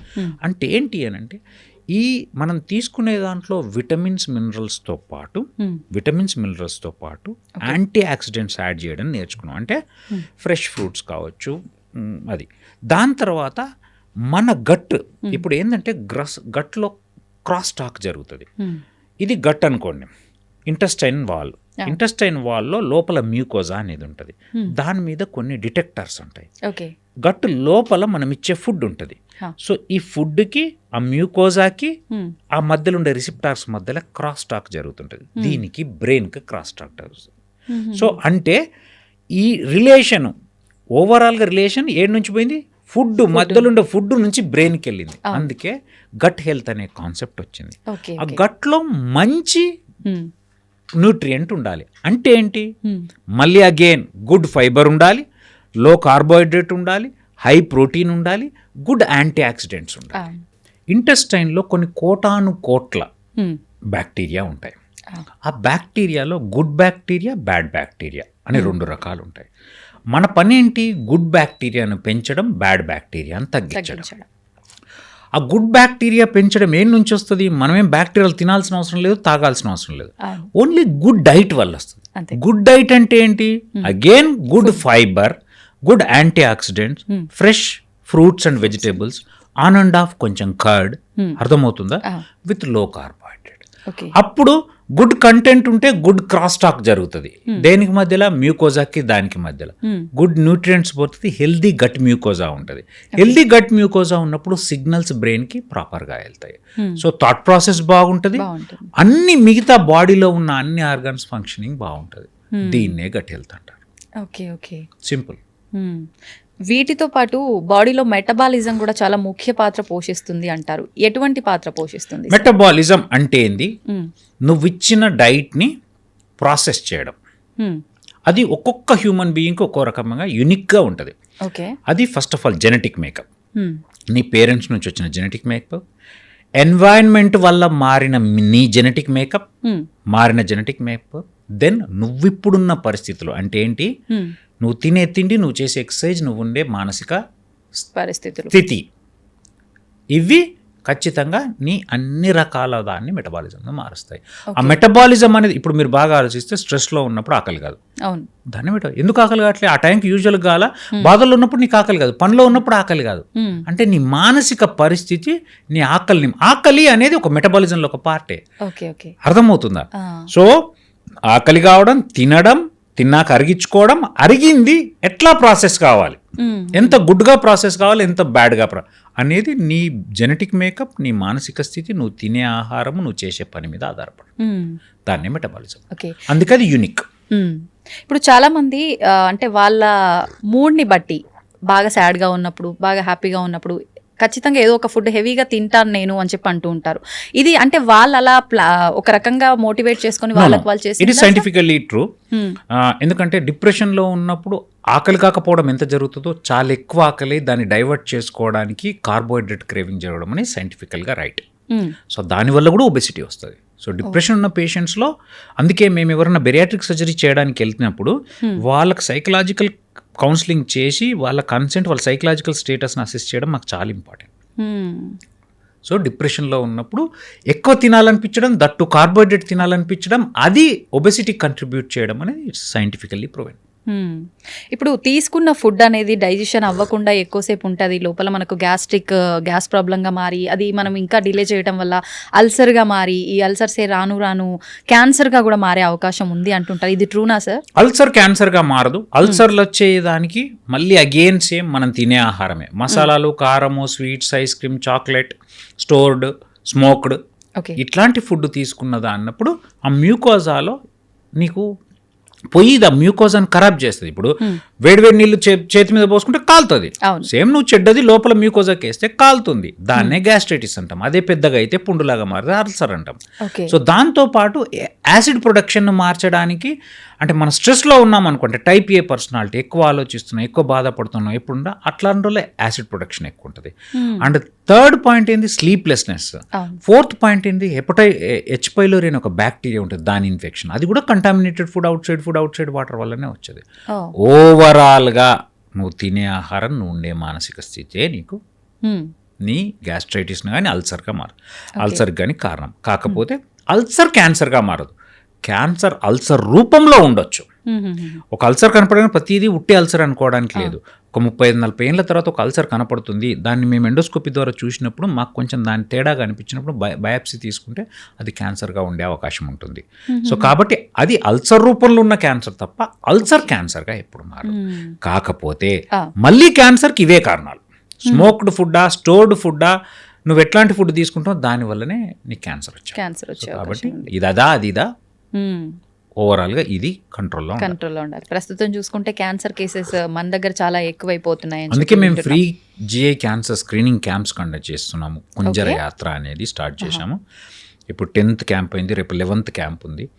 So ఊర్లలోకి పోయి ఎక్కడ సార్ ఎక్కడైనా ఆల్ ఓవర్ ద స్టేట్ ఒక పెద్ద క్యారవాన్ తీసుకొని పోయి అందులో ఫ్రీగా endoscopy, ultrasound, liver function test, lipid profile, CBP అంటే complete blood picture, hepatitis BC screening, proctoscopy, ECG, 2D ఇలా 16 రకాల టెస్ట్లను ఒక 40 మంది టీం వెళ్తాం. వెళ్ళి పోయి ఒక రోజుకి 300, ఒకే రోజు పొద్దున స్టార్ట్ చేసి నైట్ వరకు 300 మందిని చూసి అదంతా ఎలక్ట్రానిక్ హెల్త్ రికార్డ్ అంతా కంప్యూటర్లో ఎంటర్ చేసుకొని టెస్టులు చేసి ఆ టెస్ట్ రిజల్ట్స్ ఇచ్చి మళ్ళీ వాళ్ళకి మన అడ్వైజులు కావాల్స్తే అందులో 300 మందిలో అట్లీస్ట్ 150-200 మందికి మళ్ళీ చూసి మిగతా వాళ్ళకి తెల్లారి అందరికీ వాట్సాప్ ద్వారా కానీ మెయిల్ ద్వారా కానీ వాళ్ళ రిపోర్ట్స్, వాళ్ళ మొత్తం హెల్త్ రికార్డ్ పంపించేస్తాం. This is everything for free. I have started team Vimalakar foundation. అంటే నా టీం ఎవరైతే ఉన్నారో వాళ్ళతో పాటు టీమ్ విమ్లాకర్ ఫౌండేషన్ అనేది స్టార్ట్ చేసి దాంట్లో ఫస్ట్ వర్టికల్ లాగా కుంజర యాత్ర అనేది చేస్తున్నాం. దీన్ని ఓకే, ఈ నేమ్ ఎందుకని సార్ కుంజర ఎందుకు పెట్టానంటే, కుంజర అంటే ఏనుగు అనేది సైన్ ఆఫ్ హెల్త్ అండి. అంటే ఒక వెహికల్ తీసుకొని వెళ్తున్నాము, అది పెద్ద వెహికల్, ఏనుగు లాంటిది, అది సైన్ ఆఫ్ హెల్త్, అది ఆస్పీషియస్నెస్కి అంటే వినాయకుడికి ఒక సైన్ అనే ఉద్దేశంతో. అండ్ కొంచెం ఖచ్చితంగా దేనికైనా కొంచెం క్యాచీగా ఉంటే తప్ప ఇప్పుడున్న జనాలకి ఏది ఎక్కదు. కాబట్టి ఆ కుంజర యాత్ర అనేది దానికి యాప్ట్ అనిపించి నేను ఆలోచించి ఒకరోజు ఎందుకో కారులో వెళ్తుంటే అనిపించింది, పెట్టాను. సో దాన్ని స్పెల్లింగ్స్ అవన్నీ కొంచెం మంది తెలుగు నా ఫ్రెండ్స్ ఉంటే వాళ్ళతో అడిగితే కుంజర అనేది కరెక్ట్ అని చెప్తే కుంజర యాత్ర అనేది స్టార్ట్ చేసి సో చాలా బాగా అవుతుంది. ఇప్పటి వరకు 2500 మందిని స్క్రీన్ చేయడం జరిగింది. ఫ్రీ క్యాన్సర్ స్క్రీనింగ్ ఊర్లలో, ఆదిలాబాద్ డిస్టిక్లో ఎక్కడో మారుమూల ప్రాంతాలకు కూడా పోయి చేస్తున్నాం. మేము ఎక్కడ ఎవరి దగ్గర రూపాయి తీసుకుని, కాకపోతే అక్కడికి పోయినప్పుడు వాళ్ళు షామియానాలు వేయడము, వాళ్ళ వాలంటీర్స్ ఉండడము, మాకు భోజనం పెట్టడం వాళ్ళ పని. వాళ్ళే చూపించాలి. యూజువల్గా స్కూల్స్ కానీ ఫంక్షన్ హాల్స్ కానీ, ఇప్పుడు రేపు పోతున్నది గ్రామ పంచాయతీలో చేస్తున్నాం. ఒక చిన్న పల్లెటూరు ఎక్కడ వరంగల్ దగ్గర పరకాల దగ్గర ఒక చిన్న వెల్లంపల్లి అనే ఒక పల్లెటూరులో చేస్తున్నాం. ఎలా చూస్ చేసుకుంటారు సార్? అంటే ఇప్పుడు ఏం లేదండి, ఇట్స్ ప్రాపగేషన్. అందుకే మేము దీనికి ఒక ఛానల్ అంటే వీడియోస్ తయారు చేసి పెడుతున్నాం. ఎందుకంటే మేము పోయి అడిగితే వాళ్ళకి ఆ సీరియస్నెస్ ఉండదు. ఈ వీడియోలు ప్రాపగేట్ అవుతున్నాయి, అయిపోయినప్పుడు వాళ్ళు చూసారే ఇది మా ఊర్లో పెట్టించుకోవాలన్నప్పుడు మేము there should not be any political involvement. First point, politics involve కాకూడదు. సెకండ్ పాయింట్, మిగతా ఏ హాస్పిటల్ కూడా ఇన్వాల్వ్ కాకూడదు. ఇది కాకుండా, ఎందుకంటే మళ్ళీ ప్రాపగండా లాగా అవుతుంది, మళ్ళీ ఏదో బిజినెస్ కోసం మార్కెటింగ్ లాగా అవుతుంది. ఎందుకు ఇది ప్యూర్గా సోషల్ సర్వీస్ కోసం నా ఇష్టంగా ఎప్పటి నుంచో ఉన్న కోరికను ఇప్పుడు కొంచెం ఫౌండేషన్కి డబ్బులు ఇచ్చే పరిస్థితిలో ఉన్నాను కాబట్టి నా సొంతగా జేబుల నుంచి పెట్టి కొంతమంది దాతలు ఇప్పటివరకు కొంతమంది ఇవ్వడం జరిగింది. గురువారెడ్డి గారు 3 లక్షలు, అట్లా నా ఫ్రెండ్స్ అంతా చాలామంది, నా ఫ్రెండ్స్ అంతా నా క్లోజ్ ఫ్రెండ్స్, MBBS ఫ్రెండ్స్ కలిసి ఆల్మోస్ట్ 6-7 lakhs ఇచ్చారు. సో ఇట్లా ఇప్పటి వరకు మేము ఒక 25 to 30 lakhs ఖర్చు పెట్టాము. But 1.5 crore worth of test చేసినాము. ఎందుకు అంటే తక్కువ ఇన్వెస్ట్మెంట్, జనాలు అభిమానంతో వచ్చి చేసే జనాలు, అండ్ మనము అన్ని కాస్టే కదండి. ఇప్పుడు ఒక టెస్ట్ చేయాలంటే దాని రియేజెంట్స్ కాస్ట్, మెషినరీ కాస్ట్. ఏదైనా ఇబ్బంది వచ్చిందంటే ఫస్ట్ హాస్పిటల్కి వెళ్ళాలి అంటే టెస్టులు రాస్తారు, అన్ని డబ్బులు ఎక్కడ పెట్టుకుంటాము, ఇంతతో పోయేదాన్ని అంత టెస్టులు లిస్ట్ ఇస్తారు, ఈ భయాలు ఎక్కువ ఉండి 25 to 30,000 వర్త్ ఆఫ్ టెస్ట్ ఫ్రీగా చేస్తున్నాం. సూపర్. అండ్ ఇందులో 7 టెస్టులు కంపల్సరీ ప్రతి మనిషికి చేస్తామండి. CBP, serum creatinine, RBS, hepatitis BC test ఇది కంపల్సరీ. ప్రతి మనిషికి వచ్చిన 300 మందిలో 300 మందికి చేస్తాం. దాంతోపాటు వాళ్ళ పరిస్థితిని బట్టి ఎండోస్కోప్ అవసరమైతే ఒక్కో క్యాంపులో దేర్ ఆర్ డేస్ 120 ఎండోస్కోపీస్ కూడా చేసినాం ఒకటే రోజులో. క్వాలిఫైడ్ ఎండోస్కోపిస్ట్ ను తీసుకొని వెళ్తున్నాం, అంటే మా మెడికల్ గ్యాస్ట్రో టీంలో. అండ్ క్వాలిఫైడ్ రేడియాలజిస్ట్ ఉండి అల్ట్రాసౌండ్ చేస్తున్నాం. అంతా ప్రాపర్ సెటప్, అంటే ఒక హాస్పిటల్నే తీసుకెళ్తున్నాం. ఇప్పుడు ఇలాంటి హెల్త్ క్యాంప్స్ అనగానే టెస్ట్లు చాలా వరకు చేయరు, చేస్తారు, మందులు రాస్తారు, క్వాలిటీ ఉండదు అంటారు. అలాంటిది ఏమి ఉండదు అసలు దీంట్లో. మా దగ్గర వాడుతున్న machinery high end automated machines. Automated machine అంటే నిజంగా నిన్ననే ఇప్పుడు పెద్ద పెద్ద హాస్పిటల్స్ లో కూడా సెమీ ఆటోమేటెడ్ ఉంటాయండి. మా దగ్గర ఆటోమేటెడ్, ఎందుకంటే మాకు ఫాస్ట్ గా కావాలి. 300 మంది టెస్టులు చేయాలంటే ఒక హాస్పిటలే చేయలేదు ఒక రోజు. అట్లాంటిది మేము చేయాలి అంటే మాకు ఆటోమేటెడ్ ఉండాలి. అండ్ LIS అంటే ల్యాబ్ ఇంటిగ్రేటెడ్ సిస్టమ్. డైరెక్ట్ నువ్వు ఇప్పుడు సిబిపికి జస్ట్ నేను టెస్ట్ ట్యూబ్ పెడితే బ్లడ్ నుంచి వెళ్ళి రిజల్ట్ 5 నిమిషాల్లో మా కంప్యూటర్లో ఉన్న కుంజరా మా వెబ్సైట్ ఏదైతే ఉందో టీమ్ విమ్లాకర్ ఫౌండేషన్ వెబ్సైట్కి వచ్చేస్తుంది. ఇప్పుడు మీ నంబర్ ఈ రోజు ID ఇది 132 అనుకోండి, 132 విజిత సిబిపి రిపోర్ట్ అందరి కంప్యూటర్లోకి వచ్చేస్తుంది. ఒక 40 మంది కంప్యూటర్స్ ఆపరేట్ చేస్తారు. We have developed A software. మాకంటూ ఒక కస్టమైజ్ సాఫ్ట్వేర్ డెవలప్ చేసినాం. అది కూడా ఒక ఫ్రెండ్ పాపం చాలా సేవా దృక్పథంతో చాలా తక్కువ మనీలో చేసి ఇచ్చాడు. And still he is supporting, Sandeep అని. అంటే ఇట్లా చాలా మంది నా ఫ్రెండ్స్, నా టీం వాళ్ళు 24/7 అందరం ఇంత పని చేస్తూ, ఇన్ని సర్జరీలు చేస్తూ, మా అకాడమిక్స్లో ఇంత చేస్తూ, మళ్ళీ అది ఒక 3 రోజుల పని ఉంటుందండి ఒక క్యాంప్ అంటే. ఇప్పుడు రేపు క్యాంప్ అంటే ఈరోజు వెళ్తున్నారు, ఇక్కడ నుంచి అన్ని లోడ్ చేసుకోవాలా, అక్కడికి వెళ్ళాలా, అక్కడ సెటప్ చేసుకోవాలా, అక్కడ రేపు అంతా పని చేయాలా, రేపు నైట్ మళ్ళీ అక్కడ లోడ్ చేయాలి, ఇక్కడికి వచ్చి అన్లోడ్ చేయాలి. So it's a big process. అందరు క్వాలిఫైడ్ MBBS MS చదివిన పిల్లలు. మేము చైర్లు కూడా మోసుకుంటాం, చైర్లు కూడా మేమే మోసుకుంటాం. సో అంటే మాకు కిమ్స్ తరపు నుంచి వెళ్ళి, కిమ్స్ సన్షైన్ తరపు నుంచి మాకు కొన్ని రకాలుగా చాలా హెల్ప్ఫుల్గా ఉంటారు. అంటే ఆ బస్సు కిమ్స్ ఫౌండేషన్ నుంచి ఇచ్చారు. నెక్స్ట్ అది కాకుండా మిగతా 4th క్లాస్ ఎంప్లాయీస్ కావచ్చు, కొంతమంది స్టాఫ్ని పాపం వాళ్ళు చాలా సపోర్ట్ చేస్తారు. బట్ వాళ్ళంతా కూడా ఓన్లీ అభిమానంతో, నాకున్న రిలేషన్తో, మేమేదో డబ్బులు ఇచ్చేస్తామని కాదు, బట్ దాంతో చేసి. సో ఒక 40 నుంచి 50 మంది పోతామండి. కొన్నిసార్లు మీకు చెప్తాను, ఆదిలాబాద్లో ఎక్కడ మంచిర్యాల అవతల జన్నారంలో చేయాల్సి వచ్చింది. It is 270 kilometres away from Hyderabad. So పొద్దున బయలుదేరితే పోలేం, ఎందుకంటే పేషెంట్స్ 8 o'clock కల్లా వచ్చేస్తారు. ఇక్కడ నుంచి వెళ్ళడం కష్టం కదా. అంతకు ముందు రోజు రాత్రి పోయి అక్కడ చిన్న చిన్న రూమ్స్లో పడుకొని పొద్దున్న లేచి క్యాంప్ చేసి వచ్చాం. అట్లా చాలా సార్లు 1 day ప్రేయర్ పోవాల్సి ఉంటుంది. దాదాపు 4-5 hours జర్నీ. ఆబ్వియస్లీ కదండి, 5 hours దట్టు, అదంతా జంగల్ నుంచి journey. It was beautiful journey. But చెప్తున్నాను, సో మాకు ఇది చాలా హ్యాపీనెస్ని ఇస్తుంది. ఎందుకంటే ఇది నా గొప్పతనం కాదండి, టు బి ఫ్రాంక్. ఇదంతా నా చుట్టూండే నా టీము, నా ఫ్యామిలీ. ఈవెన్ మా ఇంట్లో ఉన్న అందరు, నాకు 6 పిల్లలు, అంటే మా అన్న పిల్లలు, నా పిల్లలందరూ, వాళ్ళు చిన్న ఆమె 6th క్లాస్ ఆమె కూడా వచ్చి ఎంట్రీస్ చేస్తుంటారు.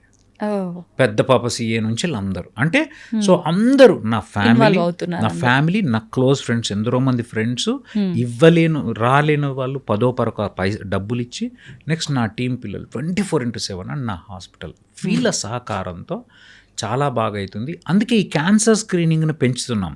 ఇప్పుడు మీరు అన్నట్టు అదే సిటీలో ఉండేవాళ్ళు యాన్యువల్ చెకప్ చేయించుకోవడానికే అవ్వట్లేదు. అట్లాంటిది ఊర్లో ఉండే వాళ్ళు నిజంగా ఎంత చేయించుకుంటారు, ఎంతవరకు ఫీజిబుల్? ఎండోస్కోపీ ఒక పల్లెటూరులో ఎక్కడో, ఇప్పుడు మన కౌట్లాలో చేశామండి, ఆదిలాబాద్లో నిర్మల్ అవతల.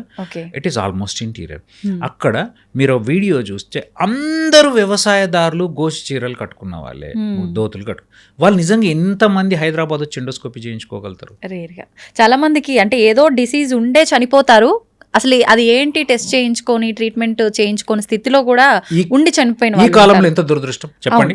If it happens to our family member, నిజంగా ఎంత పెథటిక్ సిచువేషన్. చాలా ఇప్పుడున్న పరిస్థితుల్లో ఒక మనిషి ఎందుకు చనిపోయిందో తెలియకపోవడం బాధాకరమా కదా? అది ఎవరు తప్పు అవుతుంది? మనలాంటి వాళ్ళు తప్పు అవుతుంది. నేనేమంటా అంటే సొసైటీలో చేయగలిగే స్టేజ్లో ఉండి, చూడగలిగే స్టేజ్లో ఉండి మనం అవేర్నెస్ క్రియేట్ చేయడానికి ప్రయత్నం చేస్తేనే కదా జనాలకు తెలిసేది. ఇంకోటి, నేను ఇప్పుడు పోయి క్యాన్సర్ స్క్రీనింగ్ చేసినంత మాత్రం రోజుకు 10 క్యాన్సర్లు దొరుకుతున్నాయని కాదు, కానీ నేను వాళ్ళ దగ్గరికి ఒక సూపర్ స్పెషలిస్టు, నాతో పాటు 10 మంది సూపర్ స్పెషలిస్టులు వచ్చి అక్కడ కూర్చొని, అమ్మా ఇది తినాలా, అది తినొద్దు, ఇట్లుండాలి, అట్లుండాలి, బరువు పెరగొద్దమ్మా అని మొత్తుకుంటుంటే 2500 మంది వాళ్ళు ఇండైరెక్ట్గా ఎంతమందిని ఇన్ఫ్లుయెన్స్ చేస్తారు, అవును. ఎంతమంది మారుతారు, యంగర్ జనరేషన్ ఎంత మారుతుంది. అవును. సో ఓవరాల్గా it is for health awareness, not only for the cancer screening. అవును. Though our main intention to screen for cancer, but definitely it creates lot of awareness. అవును. కల్మషం లేని మనస్తత్వాలు ఉంటాయి పల్లెటూరులో మనుషులకి. వాళ్ళు ఒకరి ఏదైనా మంచి తెలిసింది అని అంటే నలుగురికి చెప్పడానికే వాళ్ళు ఎక్కువ ఇష్టపడతారు. డెఫినెట్గా చాలా మంది మొన్న చేసినప్పుడైతే కౌట్ల నేను అందుకే ప్రతి వీడియో రిలీజ్ చేస్తున్నప్పుడు నేను రైటప్ రాస్తుంటాను. నాకు తెలుగు వచ్చు, కొంచెం వచ్చు, నేనేం కవినని చెప్పాను కానీ బట్ ఆ తెలుగులో రైటప్స్ రాస్తుంటాను. అందులో అదే రాసిన. నా క్యాంప్కి వచ్చినట్టు లేదు, ఒక పెళ్ళికి వచ్చినట్టుంది, అందరు నన్ను చూడ్డానికి వచ్చినట్టున్నారు, అందరూ వచ్చి మంచుకున్నావా బిడ్డ, పిల్లలు మంచుకున్నారా బిడ్డ, నువ్వు చల్లగుండాల బిడ్డ, ఇంతే. సో అంటే నేను అనేది మాకు ఒక రకమైన రిజువనేటింగ్గా ఉంటుంది అండ్ ఏదో చేస్తున్నామన్న ఆత్మసంతృప్తి. ఆటోమేటిక్గా మనకి ఎంత స్ట్రెస్ ఉన్నా వాళ్ళు మాట్లాడే మాటలు ఆ వాతావరణానికి రిలాక్స్ అయిపోతాం. అసలు మీరు నమ్మరండి, 8 o'clock స్టార్ట్ చేస్తాము క్యాంపు, రాత్రి 9-10 వరకు. దెర్ ఆర్ డేస్ నిర్మల్ ఒకసారి చేస్తే 11:30 వరకు కూడా 100 మంది ఇంకా అట్లనే కూర్చొని ఉన్నారు.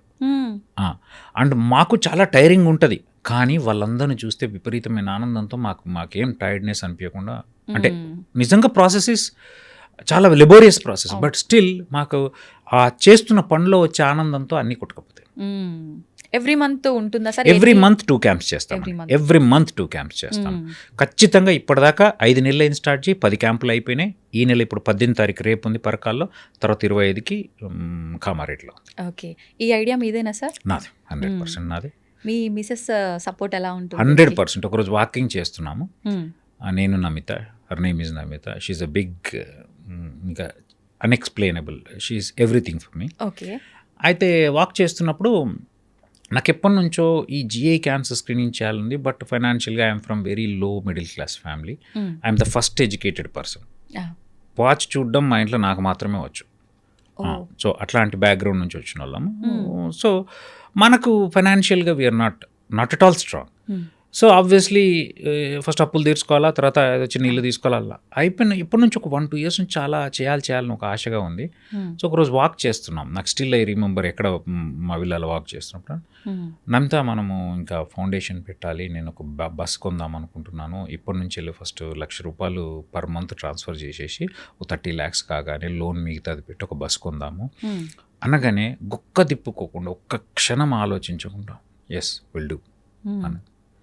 So without her I'm nothing. అంటే తను ఆలోచన, అంటే తన సపోర్ట్ లేకుండా, she believe strongly that what ever this fellow things is for the sake of others అని స్ట్రాంగ్గా నమ్ముతుంది. నలుగురు మంచి కోసమే, ఏదైనా మంచి కోసమే చేస్తాడు నా నమ్ముతుంది. సో అన్నాక అంటే ఇంకోటి నేను ఈ ప్రాసెస్లో నేను అర్థం చేసుకున్నది ఏంటంటే, నేను May 9th, 8th ఇది నమితతో డిస్కస్ చేయడం జరిగింది.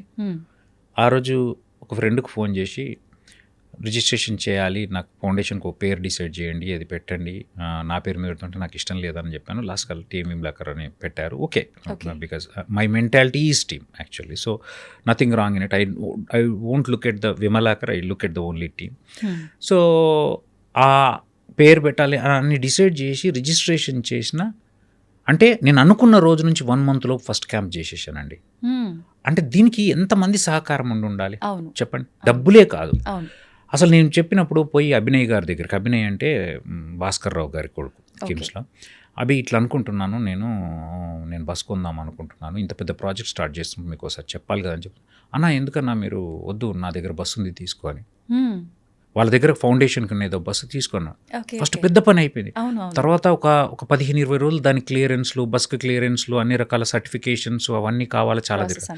తర్వాత ఎండోస్కోపిస్ట్, యూజువల్గా ఎండోస్కోపీ మెడికల్ గ్యాస్ట్రో సర్జికల్ గ్యాస్ట్రోకి ఎట్లుంటుందంటే మేము చేయగలుగుతాం, వాళ్ళు చేయగలుగుతాం, కానీ యూజువల్గా మేము సర్జరీల పార్ట్కే ఉంటాం, వాళ్ళు ఎండోస్కోపీలు చూసుకుంటారు. సో మేము చేస్తే అది లాంగివిటీ ఉండదేమో, మళ్ళీ ఎవరైనా హర్ట్ అవుతారేమో బాధతో, నా క్లోజ్ ఫ్రెండ్, నా టీమ్మేటే డాక్టర్ రోహన్ రెడ్డి అని ఉంటారు, పోయి కూర్చోబెట్టి రోహన్కి ఇట్లా అనుకుంటున్నాను, అన్న ఐఎమ్ దేర్ విత్ యూ, నేను సపోర్ట్ చేస్తాను. అంటే ఎంత గొప్ప మనస్తత్వం ఉండాలండి ఇట్లా.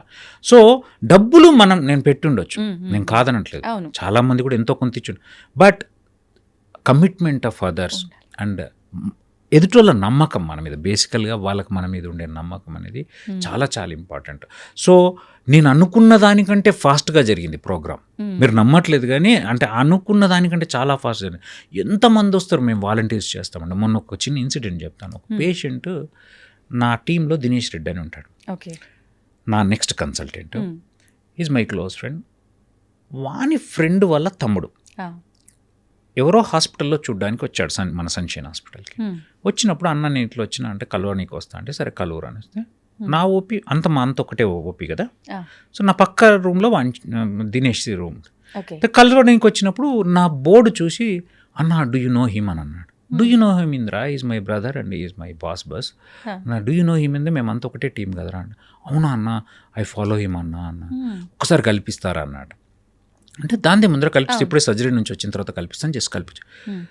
ఈ స్టేస్ ఇన్ యూకే, యాక్చువల్గా యూకేలో ఉంటాడు. నాకు ఇప్పటికీ ఆయన పేరు కూడా ఏదో చెప్పాడు బట్ మర్చిపోయాను. I will be in touch with him. But అంటే వచ్చి ఒకసారి కలిపి అన్న అంటే వచ్చి నా దగ్గరకు వచ్చి పాపం ఎంతో ఆప్యాయంగా ఎంతో సార్ నేను మిమ్మల్ని ఫాలో అవుతా, మీరు గ్రేట్, అది ఏదో చెప్పాల్సిన అన్నీ చెప్పిండు. చెప్పి sir I want to contribute for your Kunjara Yatra, how should I do అంటే మీ ఇప్పటిదాకా ఓపెన్ చేయలేమండి, తెలిసిన ఫ్రెండ్స్ చేయడం తప్ప ఓపెన్గా మీరు డొనేషన్స్ ఇవ్వమని వేయాలని. బట్ చెప్తాడు దినేష్ అని చెప్తే within no time he has transfer 25,000 and he has message నేను మంత్లీ ఇంత వేస్తాను, నేను అందరికీ ప్రాపగేట్ చేస్తాను. అంటే నేను అనేది ఏంటంటే ఈ ప్రపంచంలో చాలా మంచి ఉంది, చాలా మంచి ఉంది. అందుకే మనం ఇంత ఆనందంగా ఉన్నాం, ఇంత హ్యాపీగా ఉన్నాం. సో మనకి ఎక్కడో అక్కడ చెడు లేదని నేను అంటలే, నేనేం సద్గురుని అంటలేదు, చెడంతా ఉంది ఉండవచ్చు. కానీ నిజంగా మనం చూసే దాంట్లో మనం పోయే మార్గంలో చాలా మంచి ఉంది కాబట్టి, లేకపోతే ఎక్కడో బర్రెలు ఎడ్లు కాసుకునేవని గీడదాకి ఇట్లా. ఇట్స్ బికాజ్ ఆఫ్ మీరు ఇదంతా మంచి చేయాలని ఉంది సార్, అందుకే మీరంతా. I don't think my self I'm a great, అట్లా ఏం అనుకోను. But I feel I'm special, definitely I'm special, I should do special things అని అనుకుంటాను. I never consider my self as great అనే దానికి అర్థం లేదండి. But you should be special to do something. నిజంగా చాలా మంచి పని సార్ మీకు ఆలోచన రావటము. అంటే మీరు ఇందాక ఒక మాట అన్నారు, మనం కరెక్ట్గా ఉండాలి అంటే ఒక 3 థింగ్స్ మనం ఖచ్చితంగా ఫాలో అవ్వాలి. దాంట్లో లాస్ట్ది గుడ్ రిలేషన్స్ బిల్డ్ చేసుకోవాలి అని. మీరు అలాంటి రిలేషన్ బిల్డ్ చేసుకున్నారు కాబట్టి నాకున్న ఆస్తి అది.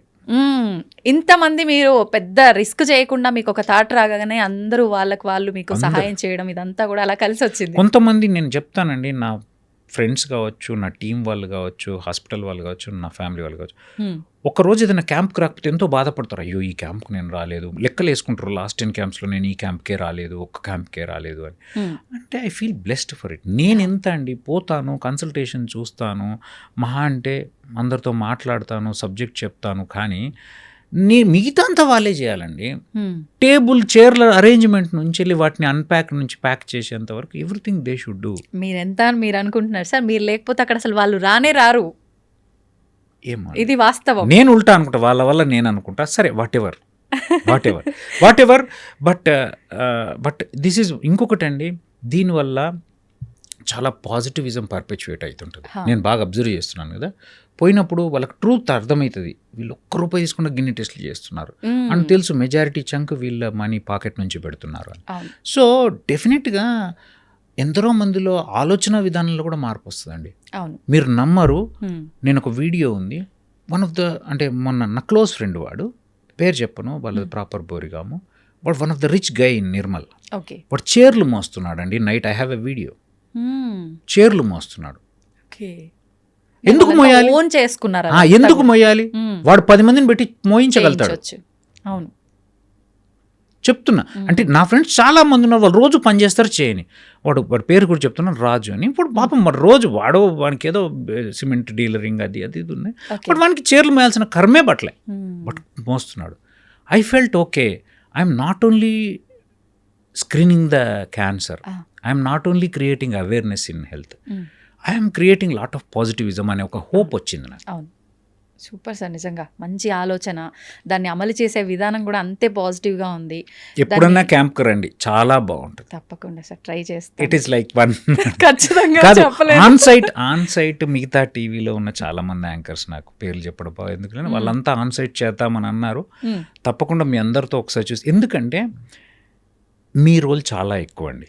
జస్ట్ ఏదో నేను ఇప్పుడు మీతో మాట్లాడుతున్నాం కాబట్టి మిమ్మల్ని బోస్ట్ చేయట్లేదు. ఉమ్, మేము ఎంత చెప్పినా మీరు దేన్నైనా పైకి తీసుకుపోగలుగుతారు, ఎట్ టైమ్స్ దేన్నైనా కూల్చగలుగుతారు. అంటే I mean if you feel no no no not like that. అంటే నిజం కదా, ఇప్పుడు నిజంగా చెడ్డదని చెడుని చూపించగలుగుతారు కదా. అవును. సో కాబట్టి మీరు ఇట్లాంటి వాటిని ప్రాపగేట్ చేస్తే, మీలాంటి వాళ్ళ సహకారం ఉంటే జనాల్లోకి చాలా ఫాస్ట్గా వెళ్తుంది. హెల్త్ అవేర్నెస్ బేసికల్గా ఉమ్, ఉమ్, జనాల్లోకి విమలాకరం తీసుకుపోమంటే కుంజరాన్ని తీసుకెళ్తే, ఆ హెల్త్ అవేర్నెస్ని తీసుకెళ్తే కుంజర కాకపోతే ఇంకోళ్ళు చేస్తారు, ఇంకో ఏదో ఒకటి ఏదో రకంగా ఆ పాజిటివ్ స్ప్రెడ్ అనేది ఉండాలి. అవును, నిజంగా సార్ సూపర్ ఐడియా నిజంగా మీది. వెళ్ళే విధానం అంతా కూడా చాలా పాజిటివ్గా ఉంది. ఇంకా ఫ్యూచర్లో మీకు అందరి ద్వారా మంచి సపోర్ట్ రావాలని, దీని ద్వారా అందరూ కూడా మంచి ట్రీట్మెంట్ తీసుకోవాలని తీసుకుంటారు. ఆశిస్తున్నాను నేను కూడా. థ్యాంక్ యూ సార్, నిజంగా ఇంత మంచి కాన్సెప్ట్ మీరు తీసుకున్నందుకు నాకు నేను థ్యాంక్ యూ చెప్పడం అనేది తక్కువే.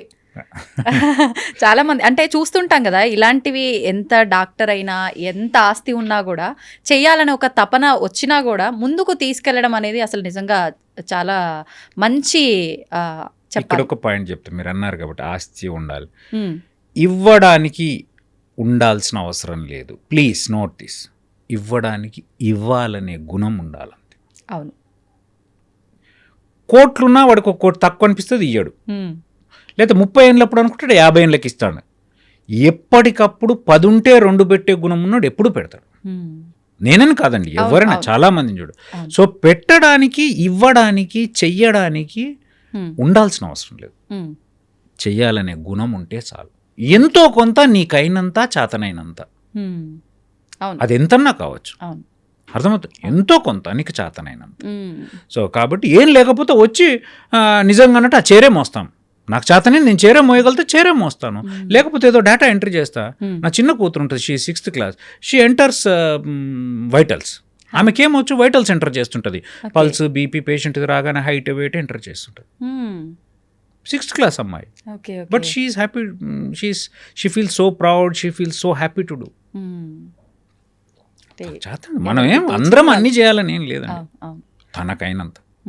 అంటే ఇప్పుడు ఇవాళ రేపు ఎలా ఉన్నారంటే, కొంచెం ఒక ఇమేజ్ వచ్చింది అనగానే యాటిట్యూడ్ పెరిగిపోతుంది. ఆటోమేటిక్గా ఒక గుణం మీరు అన్నారు కదా, అన్ని రకాలుగా దాన్ని కోల్పోతారు, తెలియకుండానే కోల్పోతారు. కానీ అది మీ దగ్గర ఎక్కడా కనిపించట్లేదు. సూపర్ సార్, అదే మీ ద్వారా మీ పిల్లలకు కూడా వచ్చింది. అంటే కింద నుంచి వచ్చినామండి మేము. బర్రెలు, నేను ఎంబీబీఎస్ సీట్ వచ్చినప్పుడు కూడా బర్రెలు గాయనికి పోయేటోని. బర్రెలు గాయనికి వ్యవసాయం పనులు చేసేటోని. నాకు మాది కంప్లీట్ వ్యవసాయ కుటుంబం. ఓకే. I did everything. పాలమ్మిన అంటే అట్లని కాదు, అన్ని వ్యవసాయ పనులు చేసినాను. అన్నీ అంటే మేము పాల వ్యాపారం చేసేవాళ్ళము, పాలు అమ్మడానికి వెళ్ళేటోని, కూరగాయలు అమ్మేవాళ్ళము. నేను I was a newspaper boy, Andhra Jyothi newspaper వేసేవాడిని. సో మాకు ఇంకా పెద్దగా అన్నీ చూశారు అంటే అట్లా అన్ని చూసినా నేను. బట్ ఏమో అంటే కొమ్ములు వచ్చేయడానికి ఏం లేదని నేను నమ్ముతా. ఇప్పుడు సరే నేను పెద్ద సర్జరీలు చేయొచ్చు, నేషనల్ లెవెల్లో అంటే మంచిగా ఒక సర్జన్గా గుర్తింపు ఉండొచ్చు ఎంతోమందికి. బట్ అందులో పెద్ద నీలిగేదానికి ఏం లేదండి. ఇప్పుడు మీ ఫీల్డ్లో నాకేం తెలియదు, నా ఫీల్డ్లో మీకు తెలియదు. I'm illiterate in your field, that's it. ఇప్పుడు తరుణ్ ఉన్నాడు, కెమెరా తీస్తున్నాడు. నాకు పోతే కెమెరా ఏంటంటే నాకు ఏమో తెలియదు. I'm illiterate in his field. అర్థమవుతుందా? అట్లనే ఒక గ్యాస్ట్రైటిస్ అంటే ఆ పిల్లోడికి తెలిసి ఉండకపోవచ్చు, అంతే తప్ప నాకన్నీ తెలుసు అని నీలిగేదానికి ఏం లేదండి. నీలిగేదానికైతే జీవితంలో ఎవ్వరికీ ఏం లేదు, ఎవ్వరికి, నాకే అని కాదు, ఎంత గొప్ప వాళ్ళకైనా. చాలామంది నేను కొన్నిసార్లు అబ్జర్వ్ చేస్తే బాధేస్తే, సోకాళ్ళు పెద్ద మనుషులు టీవీలలో మాట్లాడేవాళ్ళు, వాళ్ళతో 1 to 1 మాట్లాడుతున్నప్పుడు ఎంత అంటే ఎదుటోని మాట్లాడనీయకుండా అన్నీ నాకు తెలిసిన తత్వంతో మాట్లాడుతుంటారు. ఐ మీన్ వాళ్ళు మళ్ళీ టీవీలో ముందుకు రాగానే అన్నీ చెప్తారు. అండ్ నాకు అది ఎందుకంటే నేను చాలామంది పెద్దవాళ్ళతో ఇంటరాక్ట్ అవుతుంటా, నాకు అనిపిస్తుంటుంది అంటే అన్నీ తెలుసు అనే భావం ఏంది బాస్ అన్న. నాకు అస్సలు నచ్చదండి అది. అన్నీ ఎందుకు తెలుస్తాయి, ఎట్లా తెలుస్తాయి, ఎట్లా తెలుస్తాయి? నేను కంప్యూటరా? అన్నీ ఎట్లా తెలుస్తాయండి? ఎందుకు ఇప్పుడు ఒకటి చెప్తున్నప్పుడు వినడం, మేబీ నాకు తెలియకపోవచ్చు, విన్నాక నీకు తెలిసిన నీ ఎక్స్పీరియన్స్ డెఫినెట్గా మ్యాటర్ అవుతుంది, నేను కాదన్ను, నీ ఎక్స్పీరియన్స్ కాదని ఎవడు అన్ను. బట్ ఇక మొదలు అన్నీ నాకు తెలిసినట్టు నేనేం చేయను. వాడు అక్కడే ఆగిపోతాడు. ఇంకా చాలామంది అండి, చాలామంది అది ఉండొద్దండి, అది ఉండొద్దు. ఇప్పుడు నువ్వు చూసిన ఆ చిన్న పిల్లోడికి కూడా చిన్నప్పటి నుంచి కొన్ని నేర్పాలండి. అంటే ఆ అనకువ, ఆ హంబుల్నెస్ అనేది ఐఎమ్ నథింగ్ అంటే నథింగ్ అని లోగా ఫీల్ కమ్మను. కాన్ఫిడెన్స్ ఉండడము, సెల్ఫ్ కాన్ఫిడెన్స్ ఉండడము చాలా అవసరం మనిషికి. కానీ అది ఓవర్ కాన్ఫిడెన్స్ కాకూడదు.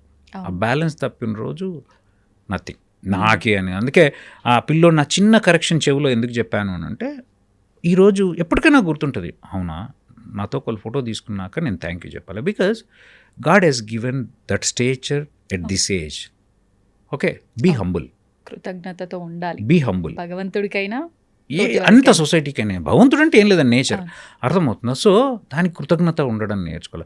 నేను నాతో ఎవరో ఫోటో, నాతో కూడా తీసుకున్నాను, అందరితో ఫోటోలు తీసుకున్నా కానీ నేను పెద్ద తోపును తురుంకాను అట్లే ఉండదండి. It is their character. నిన్ను గుర్తించడం అది వాళ్ళ గొప్పతనం. పెద్ద నువ్వేదో తోపై పీకేసినాం అని కాదు. చాలా మంది జిఏ సర్జన్స్ ఉన్నారు, చాలా మంది పెద్ద డాక్టర్లు ఉన్నారు, చాలా మంది ఉన్నారు. నీతోనే ఎందుకు ఫోటో తీసుకోవాలనిపించాలి?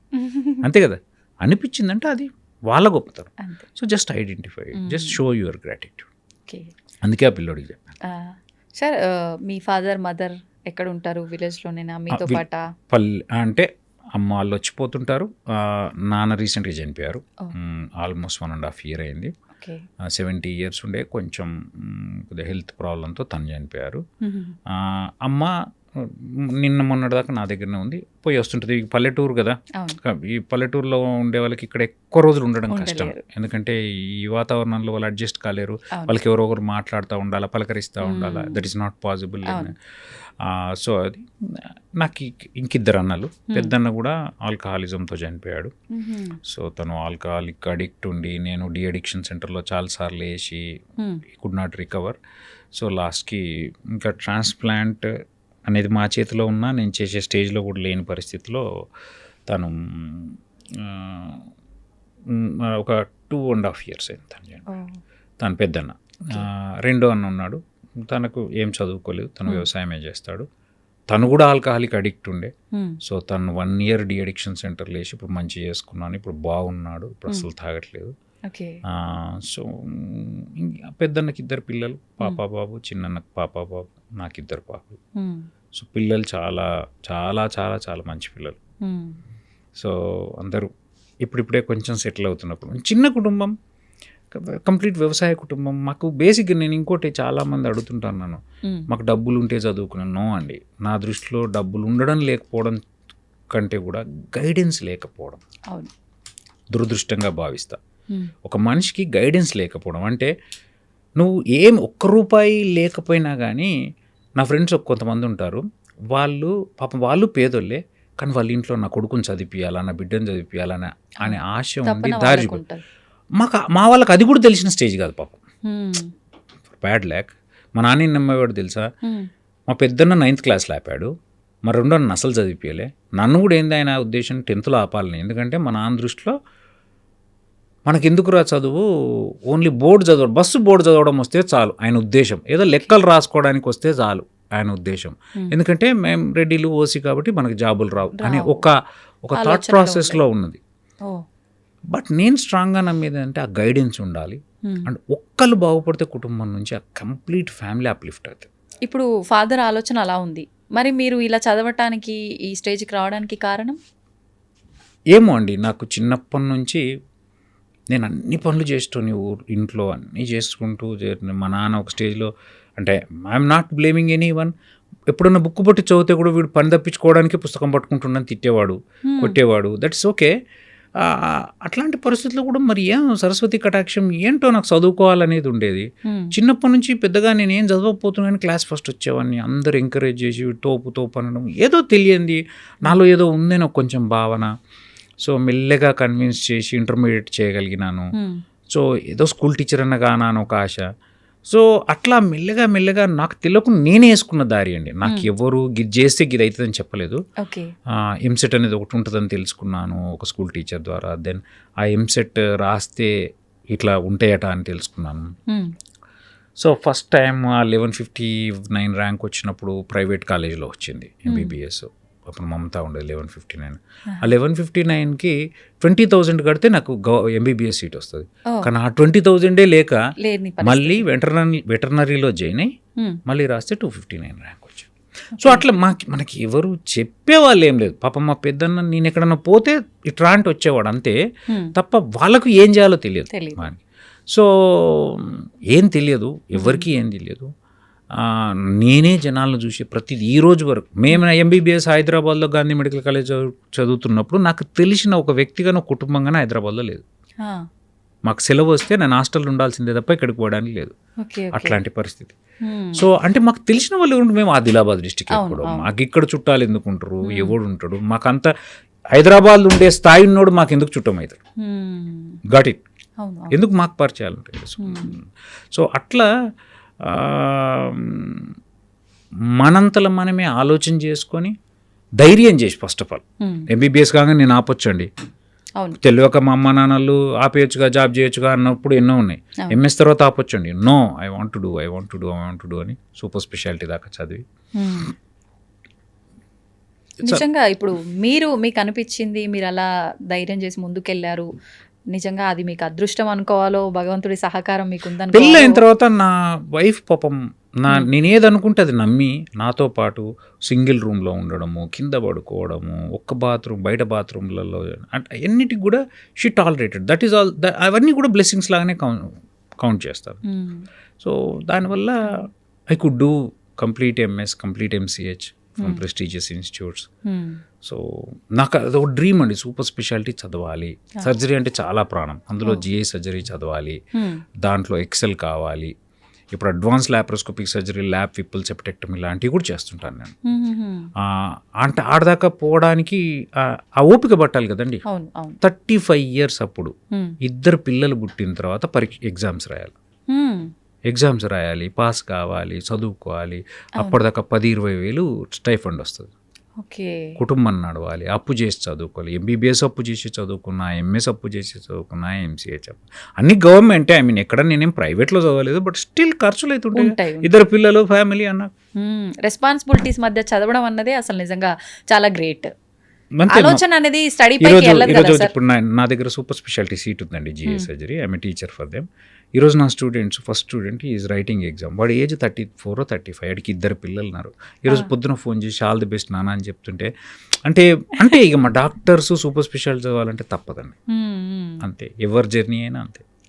కొంచెం బ్యాక్గ్రౌండ్ ఉండి, ఫైనాన్షియల్ స్టెబిలిటీ ఉండి, ఎటువంటి ప్రెషర్ లేకపోతే నిజంగా స్మూత్ అని అవుతుంది. మా లాంటి వాళ్ళకి ఇంకా ఏమీ తెలియదు, పైసలు లేవు, ఈదాలంటే ఈదాలి. ఇప్పుడు డాక్టర్ చదవాలి అని అంటే ఎప్పుడు చూసినా పుస్తకాల పురుగులా ఉండాలి, నిద్రపోయిన ఆ సమయం తప్ప మిగతా టైం అంతా బుక్ ముందే ఉండాలంటారు. వాస్తవమేనా సరే? అలా చదవడానికి చాలా ఉంటుంది, అది నిజమే. బట్ పుస్తకాల పురుగు అనేది ఓకే, చదువుతాం, చాలా చదువుతాం. When you compare with other professions నిజంగా మేము చాలా ఎక్కువ చదువు, అందులో డౌట్ అయితే లేదు. నేను ఒక మాట ఎప్పుడు అందరికి చెబుతాను, 2006 నుంచి వెళ్ళి 2005లో ఎంబీబీఎస్, 6 నుంచి వెళ్ళి 2016 వరకు నా ఎంసీహెచ్ కంప్లీట్ అయ్యేంత వరకు there was no day that I didn't touch the book. నిజం చెప్తాను, I'm not boasting, you can check with my wife. అంటే ఇక మాకు అది ఇన్బిల్ట్ అయిపోద్దండి. ఎంతో కొంత చదువుతాం, చదవని రోజు ఉండదు, ఎంతో కొంత ఏదో ఒకటి. ఇప్పటికే చదువుతూనే ఉండాలి. ఇప్పుడు అంటే ఫాస్ట్గా ఉంటుంది, అంటే ఏంటంటే అవసరం ఉన్నప్పుడు కొంచెం. ఇప్పుడు ఏదో టాక్ ఉంది, ఎక్కడో ఉంది, లేకపోతే ఏదైనా కొత్త సర్జరీ చేస్తున్నాను, కొంచెం చూసుకుంటాం. అండ్ నాకు వీక్లీ 2-3 క్లాసెస్ ఉంటాయి. అంటే నాకు పీజీ స్టూడెంట్స్ ఉంటారు కదా, వాళ్ళ క్లాసులు రన్ అవుతూ ఉంటాయి కదా, నేను కూర్చోవాలి కదా, వాళ్ళకు ఒక పాయింట్ చెప్పాలి, వాళ్ళకి అర్థం చేయించాలి. వాళ్ళు చెప్పింది వాళ్ళ నుంచి మేము ఎంతో నేర్చుకుంటాం. అంటే కొత్త బ్రషప్ అవుతుంది, అంటే మర్చిపోయిన విషయాలు. అట్లా ఎప్పుడు టచ్లో ఉంటూనే ఉంటాం. నిత్య విద్యార్థిలా ఉండాలి. అందరం నిత్య విద్యార్థి, ఒకటి కాకపోతే ఒకటి నేర్చుకుంటాం అంతే. ఓకే, మీ పిల్లల విషయానికి వస్తే ఇప్పుడు ఖచ్చితంగా ఇంత ఇబ్బందులు పడి ఒక డాక్టర్ లాగా మీరు మా ముందు ఉన్నారు. మీ పిల్లల విషయంలో మీరు ఏమైనా ఇది చదవాలి అది చదవాలని చెప్తారా? వాళ్ళ ఇష్టమేనా? No, not at all. ఇప్పటి వరకు ఎప్పుడు చెప్పలేదు. కానీ సంహో నా పెద్ద కూతురికి మెడిసిన్ చేయాలనే ఇంట్రెస్ట్, సర్జరీ చేయాలని ఇంట్రెస్ట్, అందులో జిఐ సర్జనే కావాలని interest. I don't know why, ఎందుకు అనిపించిందో. చిన్న పాపకు మాత్రం she wants to go to, అంటే ఇప్పుడు చిన్నది 6th క్లాస్, ఏదో ఐఏఎస్ అంటుంటుంది, బట్ ఐ డోంట్ నో. ఇద్దరు చిన్నపిల్లలే, నేనేం ఇన్సిస్ట్ చేయను. 2 విషయాలండి, నేను నిన్ననే మా వైఫ్తో మాట్లాడుతున్నాను, చదువు, పెళ్ళి, ఈ 2 విషయాలు మాత్రం ఖచ్చితంగా వాళ్ళ ఇష్టానికి వదిలేయాలి. మనకు నచ్చని ఒక షర్ట్ కొంటేనే వేసుకోవడం ఇష్టం ఉండదు. అవును. అట్లాంటిది అది వాళ్ళ జీవితాంతం ఉండే ఈ రెండు. కరెక్టే అంటారా సార్ వాళ్ళకి నిర్ణయాన్ని వదిలేయటం? అంటే గైడ్ చేద్దాం, ఆప్షన్స్ చూపిద్దాం, మంచి చెడు చెప్దాం, ఆప్షన్స్ చూపిద్దాం, మంచి చెడు చెప్దాం, గైడ్ చేద్దాం. కానీ నిజంగా if they want let them do. చెడ్డదైతే చేయరు కదా, ఉన్న దాంట్లో నీకు నచ్చింది వాళ్ళకి నచ్చింది చేస్తారేమో. కాకపోతే మంచి చెడు చెప్తాం, దీంట్లో ఇది బాగుంటుంది, ఇది బాగుంటుంది, ఇది కష్టం ఉంటుంది, సుఖం ఉంటుంది, మనకు తోచినంత, లేకపోతే ఎక్స్పర్ట్ దగ్గరికి తీసుకుపోయి చెప్పిస్తాం అంతే కదా. At the end of the day కొంతవరకు నా దృష్టిలో, కొంతవరకు కాదు చాలా మటుకు ఈ రెండు విషయాల్లో వదిలేయడమే బెటరు. అంటే పెళ్ళి అనేది పెద్ద టాపిక్, దాని గురించి వద్దు మనకు. Love marriage arranged marriage sir? Arranged marriage. ఇది చాలా ఇంటర్వ్యూలో కూడా అడిగారు. అరేంజ్డ్ మ్యారేజ్ దో తన చేవెళ్ళ నాది ఆదిలాబాద్ డిస్టిక్ అయినా కానీ అరేంజ్డ్ మ్యారేజ్. వాళ్ళన్న నా ఫ్రెండ్, అట్లా కుదిరిపోయి వాడికి నేను నచ్చి వాళ్ళ చెల్లెనిచ్చాడు. ఈజ్ ఎ లాయర్ యాక్చువల్గా, హైకోర్టులో లా. అప్పుడు వాళ్ళు లా చదువుతున్నప్పుడు ఒక కామన్ ఫ్రెండ్ ద్వారా ఊకే నాకు ఎంబీబీఎస్ గాంధీ మెడికల్ కాలేజ్ హాస్టల్కి వచ్చేవాడు. సో ఎందుకో నచ్చిన, నాలో ఉన్న గాలితనం నచ్చిందో ఏం నచ్చిందో I don't know. As a student what he liked I don't know. He only proposed. Then మాలాంటి వ్యవసాయ కుటుంబం, కంప్లీట్ వ్యవసాయ కుటుంబం, నాకు అది ఫస్ట్ నుంచి ఉండింది. ఎందుకంటే నా ఫ్యామిలీని అర్థం చేసుకోవాలి, అన్ఎడ్యుకేటెడ్ అండ్ చిన్న బ్యాక్గ్రౌండ్ కదా. అంటే అట్లాంటి with God's grace, too good family, too good girl, I'm blessed. మీరు అనుకునే అలా జరిగిపోతున్నాయి అయితే. ఏమో దేవుడు. ఓకే, ఇప్పుడు మొత్తానికైతే ఇప్పుడు హెల్త్ గురించి మాకు కొన్ని ఐడియాస్ ఇచ్చారు, జాగ్రత్తలు చెప్పారు. మీ ఫ్యామిలీని ఆదర్శంగా తీసుకుంటే మా అందరికీ ఒక మంచి ఎలా వెళ్ళాలి అనే ఒక దారి అనేది అర్థమైపోతుంది మీ మాటల్ని బట్టి. ఫైనల్గా ఆరోగ్యం విషయంలో కానీ, ఫ్యామిలీస్ ఈ మీరు అన్నట్టుగా ఈ ఆత్మీయ సంబంధాల విషయంలో మన ప్రేక్షకులందరికీ ఒక మాట చెప్పాలి అంటే ఏం చెప్తారు సార్? ఏం లేదండి, ఫస్ట్ చాలా పాజిటివిజం అయితే ఉండాలి. ఇప్పుడు పొద్దున్న లేస్తే వాట్సాప్లలో దాంట్లో ఎవరిని నమ్మకు, వీడిని నమ్మకు, వాడిని నమ్మకు, నిన్ను నువ్వే నమ్మకు, ఈ మెసేజ్లు చాలా ఎక్కువైపోయినాయండి. సో ఫస్ట్ పాజిటివిజం ఉండాలి. ఫస్ట్ ఈ సొసైటీ, ప్రపంచం మంచిదని నమ్మాలి. నీ వైపు నుంచి నువ్వు ఆ ఎఫర్ట్ కూడా పెట్టాలి. సో ఆ పాజిటివిజం ఉండాలి. నీ పని నువ్వు చేసుకుంటూ, నువ్వు ఏ రిలేషన్ అయినా, చాలాసార్లు చాలామంది చెప్పినట్టే నేను కూడా నమ్మేది అంటే, రిలేషన్ అనేది ఒక చెట్టు లాంటిది. ఒక చెట్టు తీసుకొచ్చి పెట్టినాం, ఉత్తా పెడితే ఈరోజు నాకు విజిత గారు పరిచయం అయ్యారు, ఈరోజు ఇట్లా మర్చిపోతే మీరు కొద్ది రోజుల తర్వాత నన్ను మర్చిపోతారు, నేను మిమ్మల్ని. అప్పుడో ఇప్పుడో మీ ఇంట్లో ఫంక్షన్కో, మా ఇంట్లో ఫంక్షన్కో, మంచికో చెడుకో పలకరించుకోనో, లేకపోతే మంచి జరిగినప్పుడు కంగ్రాచులేట్ చేస్తేనో అప్పుడు రిలేషన్ అనేది ఉంటుంది. సో అంటే ఏంది, నీళ్లు పోయాలి, చెడు ఎక్కడైనా కలుపు మొక్క ఏర్పడితే ఎప్పటిదప్పుడు తీసేయాలి. ఒక చిన్న పొరపొచ్చి ఆలోచనకి ఇమ్మీడియట్గా తీసేయాలి, ఎక్కడిదక్కడ మాట్లాడేసుకుని. ఇది లేదా అర్థం చేసుకునేంతసేపు అర్థం చేసుకున్నాలి, తప్పదు. ఇప్పుడు దగ్గర వాళ్ళు ఇంతే, దీనివల్ల నష్టమేం లేనప్పుడు సరే వాడు అంతే, నాకు నలుపు నచ్చితే వాడికి తెలుపు నచ్చింది, what's wrong in it, nothing కదా. సో ఆ చిన్న అండర్స్టాండింగ్ ఉండి ప్రతి మనిషిలో వీలైన కాడికి మంచి చూడడం. మనమేమో అందరం వివేకానందులంగాము, పొద్దున్న లేసే విమలాకర్కి నచ్చనోళ్ళే ఉండరని నేను అన్నాను, బట్ స్టిల్ చూసి అండ్ ప్లీజ్ సారీ అనే అక్షరాలను అనే వాటిని నమ్ముతూ హంబుల్గా ఉంటే వీలైన కాడికి మనం హ్యాపీగా ఉంటాం, వీలైనంత ఎక్కువ ప్రపంచాన్ని హ్యాపీగా ఉంచుతాం. బేసికల్గా హ్యూమన్ రిలేషన్స్ లేకుండా, లవ్ లేకుండా ఎప్పటికీ హ్యాపీగా ఉండలేమండి. నేనైతే నన్ను ఎవరిని అడిగితే ఏంది అసలు నీకు పెద్ద ఆస్తి అంటే, నాకైతే హ్యూమన్ రిలేషన్స్, నా చుట్టూండే ప్రపంచమే. అది ఫ్రెండ్స్ కావచ్చు, టీమ్ కావచ్చు, ఫ్యామిలీ కావచ్చు, ఎవరైనా కావచ్చు, నా హాస్పిటల్ కావచ్చు, ఎవరైనా కావచ్చు. గుడ్ హ్యూమన్ రిలేషన్స్ ఉంటే అదానికి పాజిటివిజం ఉండాలి, ఖచ్చితంగా ఉండాలి. పొద్దుగూకులు వాడే నాకు చేయాలా, లేదా వాడే నన్ను మెత్తుకోవాలా, రోజు నన్ను మొయ్యాలి అంటే కాదు. అన్కండిషనల్గా, కంపారిజన్ లేకుండా, ఎక్స్పెక్టేషన్ లేకుండా, నేను మీకు ఇవ్వాలనుకోవాలా, మీరు నాకు ఇవ్వాలి, అట్లాంటి రిలేషన్స్ని పెంచుకోవాలి. ఇక ఈ దారిలో కొన్నిసార్లు మనకు అస్సలే సూట్ కాని పర్సనాలిటీ వచ్చింది, గివ్ టైం, ఎక్స్ప్లెయిన్ అండ్ అర్థం చేసుకో. కుదరలేదు, దూరం ఉండు, నువ్వు దూరం, అంతేగాని హేట్రెడ్ పోయి. అండ్ బ్యాలెన్స్డ్ లైఫ్, అన్నిటికీ మించి బ్యాలెన్స్డ్ లైఫ్. నేను చాలామంది ఎస్పెషల్లీ జిఐ సర్జన్స్ని చూస్తాను, సర్జన్స్ని అంటే డాక్టర్లే అట్లా చాలా మట్టుకు I'm sorry to say negativism అని కదా, వెరీ కాంపిటేటివ్ మెంటాలిటీ అండి. వాళ్ళకు ఎంబీబీఎస్ ఎంఎస్ ఎంసీహెచ్ అయిపోయి 15-20 ఏళ్ళ ప్రాక్టీస్ ఉండి కూడా స్టిల్ అమ్మో వానికి నాకంటే మంచి సర్జరీ అవ్వచ్చు, లేకపోతే వాడు నాకంటే ఎక్కువ నంబర్ చేస్తున్నాడు, లేకపోతే ఇంకా ఎంత కాంపిటేటివ్ స్పిరిట్, వాడు ఆ తప్పు చేశాడు, వీడి ఈ తప్పు. అసలు ఎందుకురా నాయన,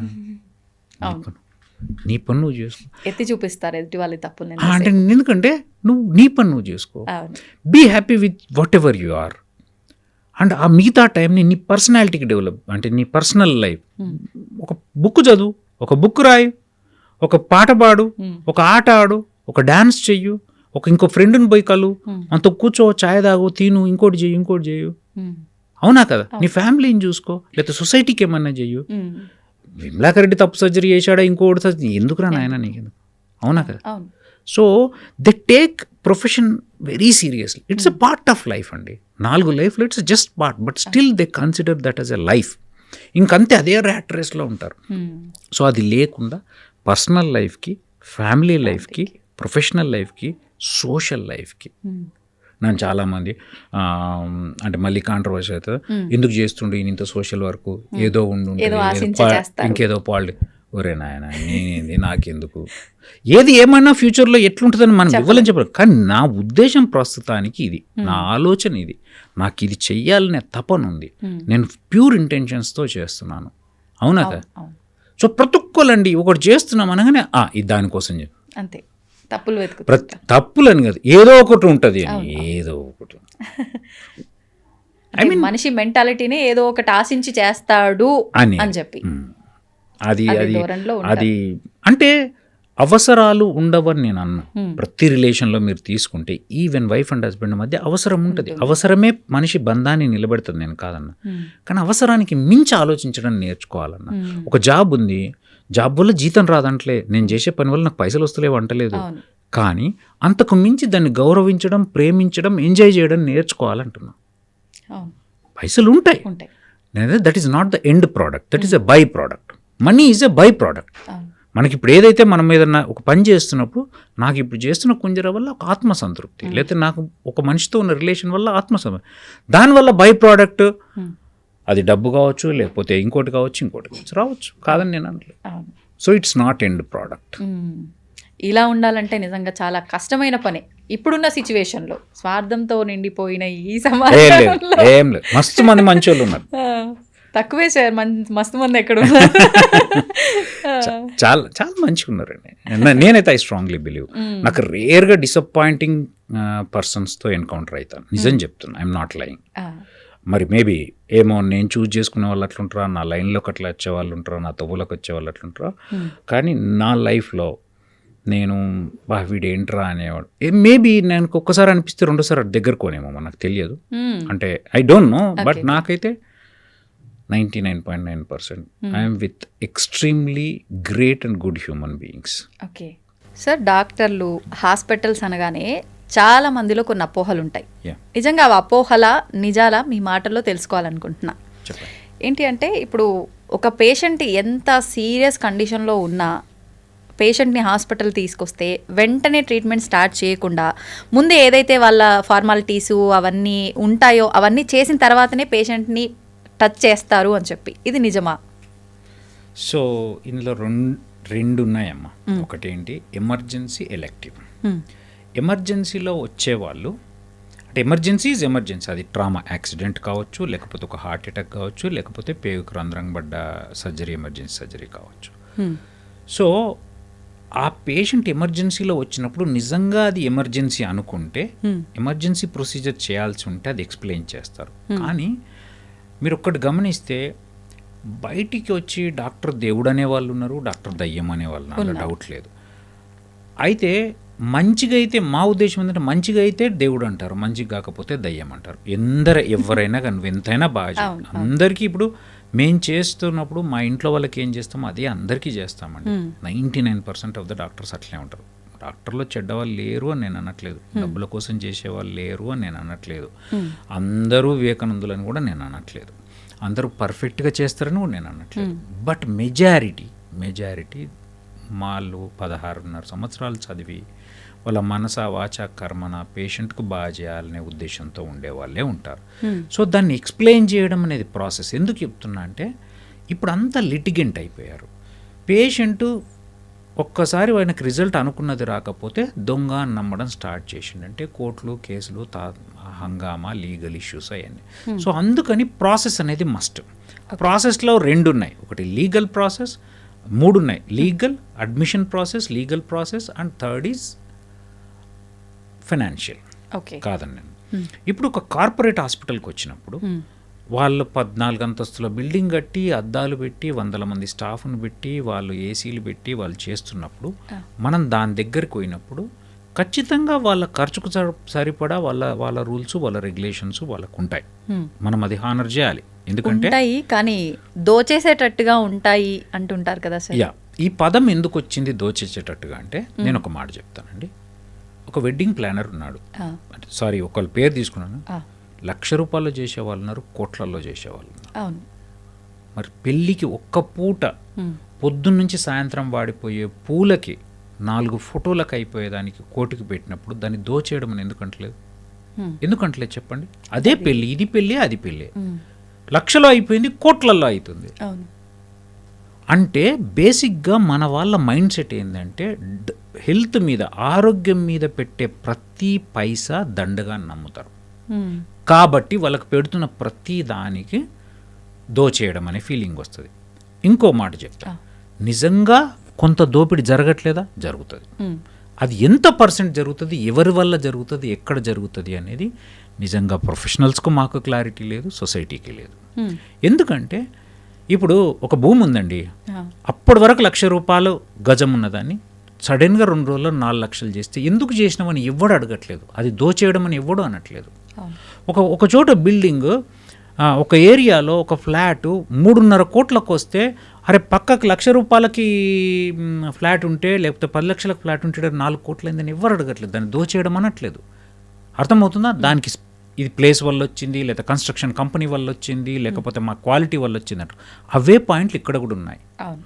ఆ ఆర్గనైజేషన్ క్వాలిటీ ఉంది, ఆ ఆర్గనైజేషన్కి సంబంధించిన కన్స్ట్రక్షన్స్ ఉన్నాయి, వాళ్ళ ఇన్వెస్ట్మెంట్ ఉంది, అవన్నీ ఉన్నాయి. సో ఇవన్నీ ఉండంగా కూడా ఇంకో మాట ఏం చెప్తున్నాను అంటే ఎంతున్నా నిజంగా కొంత వ్యాపార దృక్పథం లేదని నేను అనట్లేదండి. బట్ మానవతా దృక్పథం కూడా చాలా ఎక్కువ ఓన్లీ హాస్పిటల్ని ఉంటుంది.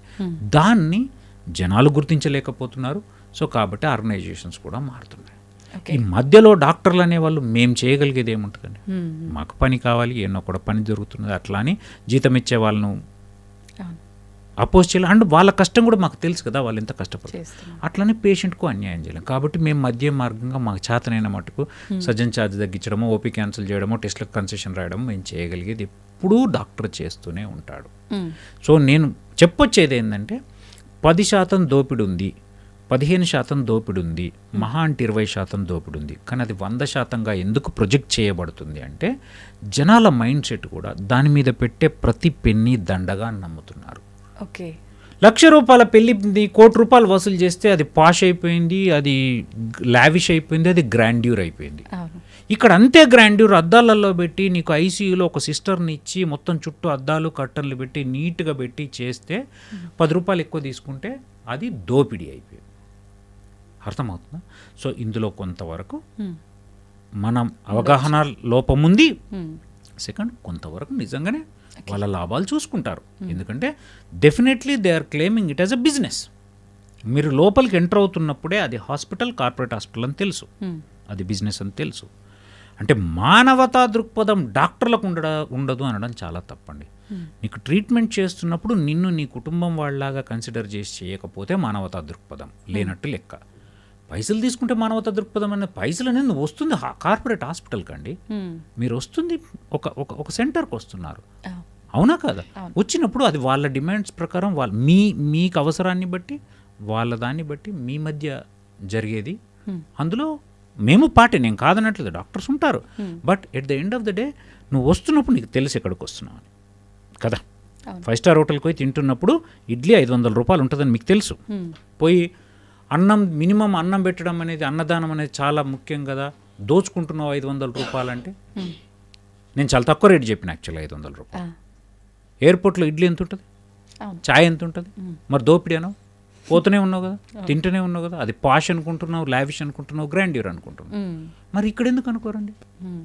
అండ్ ఇంకోటి, నేను ఒక పేషెంట్, ఇప్పుడు మీ ఇంట్లో ఒక వ్యక్తికి నేను ఆపరేషన్ చేసిన, ఆ పేషెంట్ బాగైతే దాని బై ప్రోడక్ట్ ఎవరు ఆలోచించరండి. ఆ పేషెంట్కి సర్జరీ కాకపోతే ప్రాణం పోయేదాన్ని కాపాడితే ఆయన వైఫ్, 2 పిల్లలు, వాళ్ళ గ్రాండ్ చిల్డ్రన్, ఒక సొసైటీ, ఎంతమందికి లాభం జరుగుతుంది. ఆ బై ప్రోడక్ట్ని ఎందుకు ఆలోచించరు? ఆయన 20-30 ఏళ్ళు హాయిగా బతికి అంత లైఫ్ ఇచ్చి ఇంత చేసేదానికి నేను 2 లక్షలే కదా ఖర్చు పెట్టింది. పొద్దుగోకులు నర్సింగ్ హోమ్లో 20,000 అవుతుంది, 1,00,000 రూపాయలు అయింది అని అంటే అవునండి. ఛాయ కొట్టులో ఛాయ 4 రూపాయలే, కేఫ్లో 10 రూపాయలే, చిన్న రెస్టారెంట్లో 25 రూపాయలు, 5 స్టార్ హోటల్లో 500 రూపాయలు. అది మీకు తెలుసు కదా.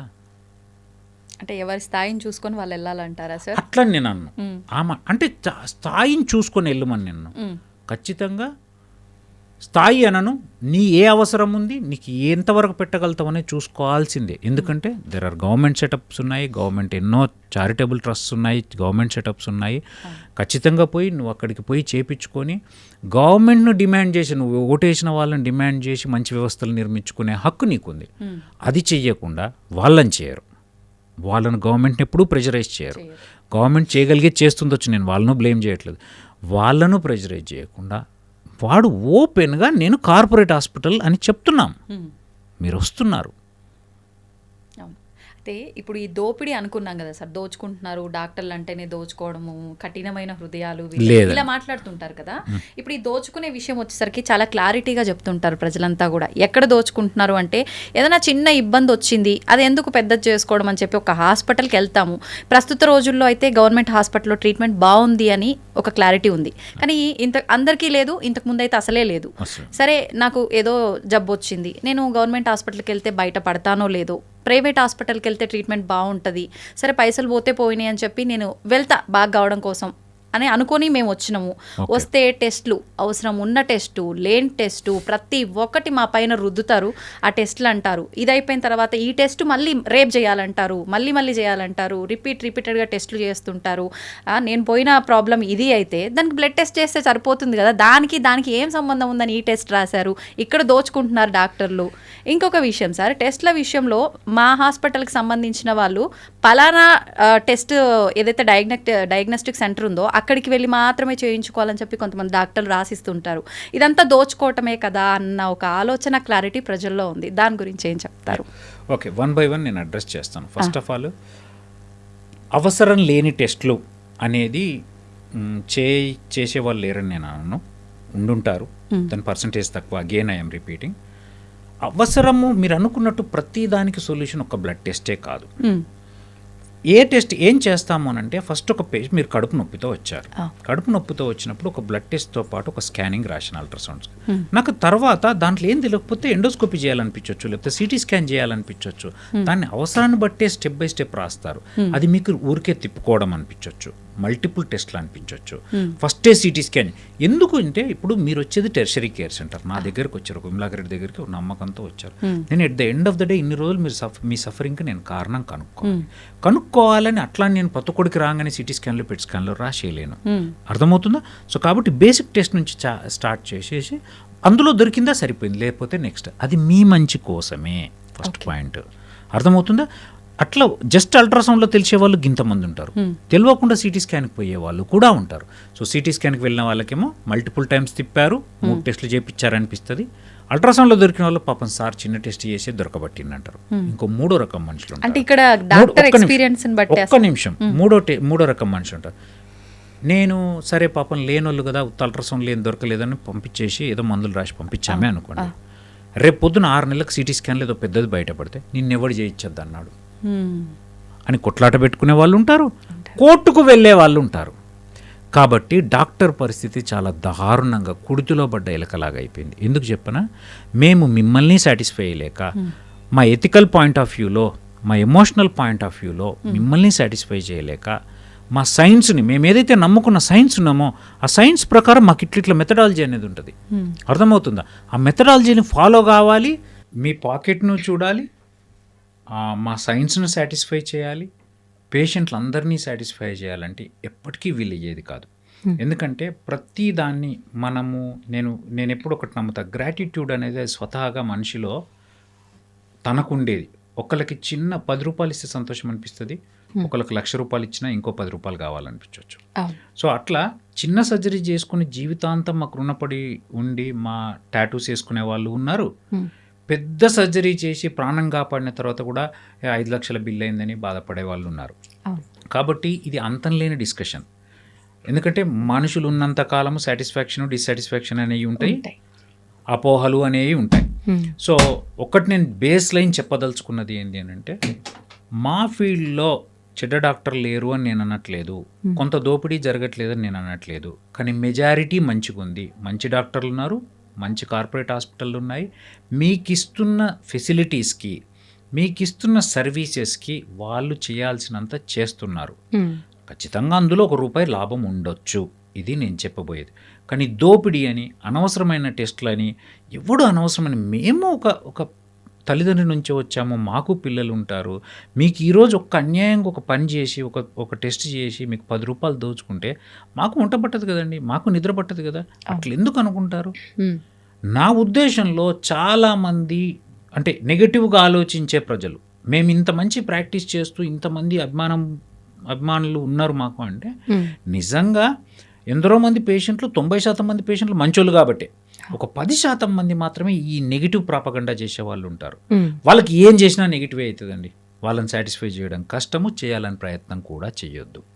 ఇది ఎప్పుడు గురువారెడ్డి గారు కూడా చెప్తుంటాడు. ఎందుకంటే మనము ఏంటంటే, మేము ఇచ్చే కాడికి ఇస్తాను, చేసే కాడికి చేస్తాం, మేము దేవుళ్ళమైతే కాదు కదండి.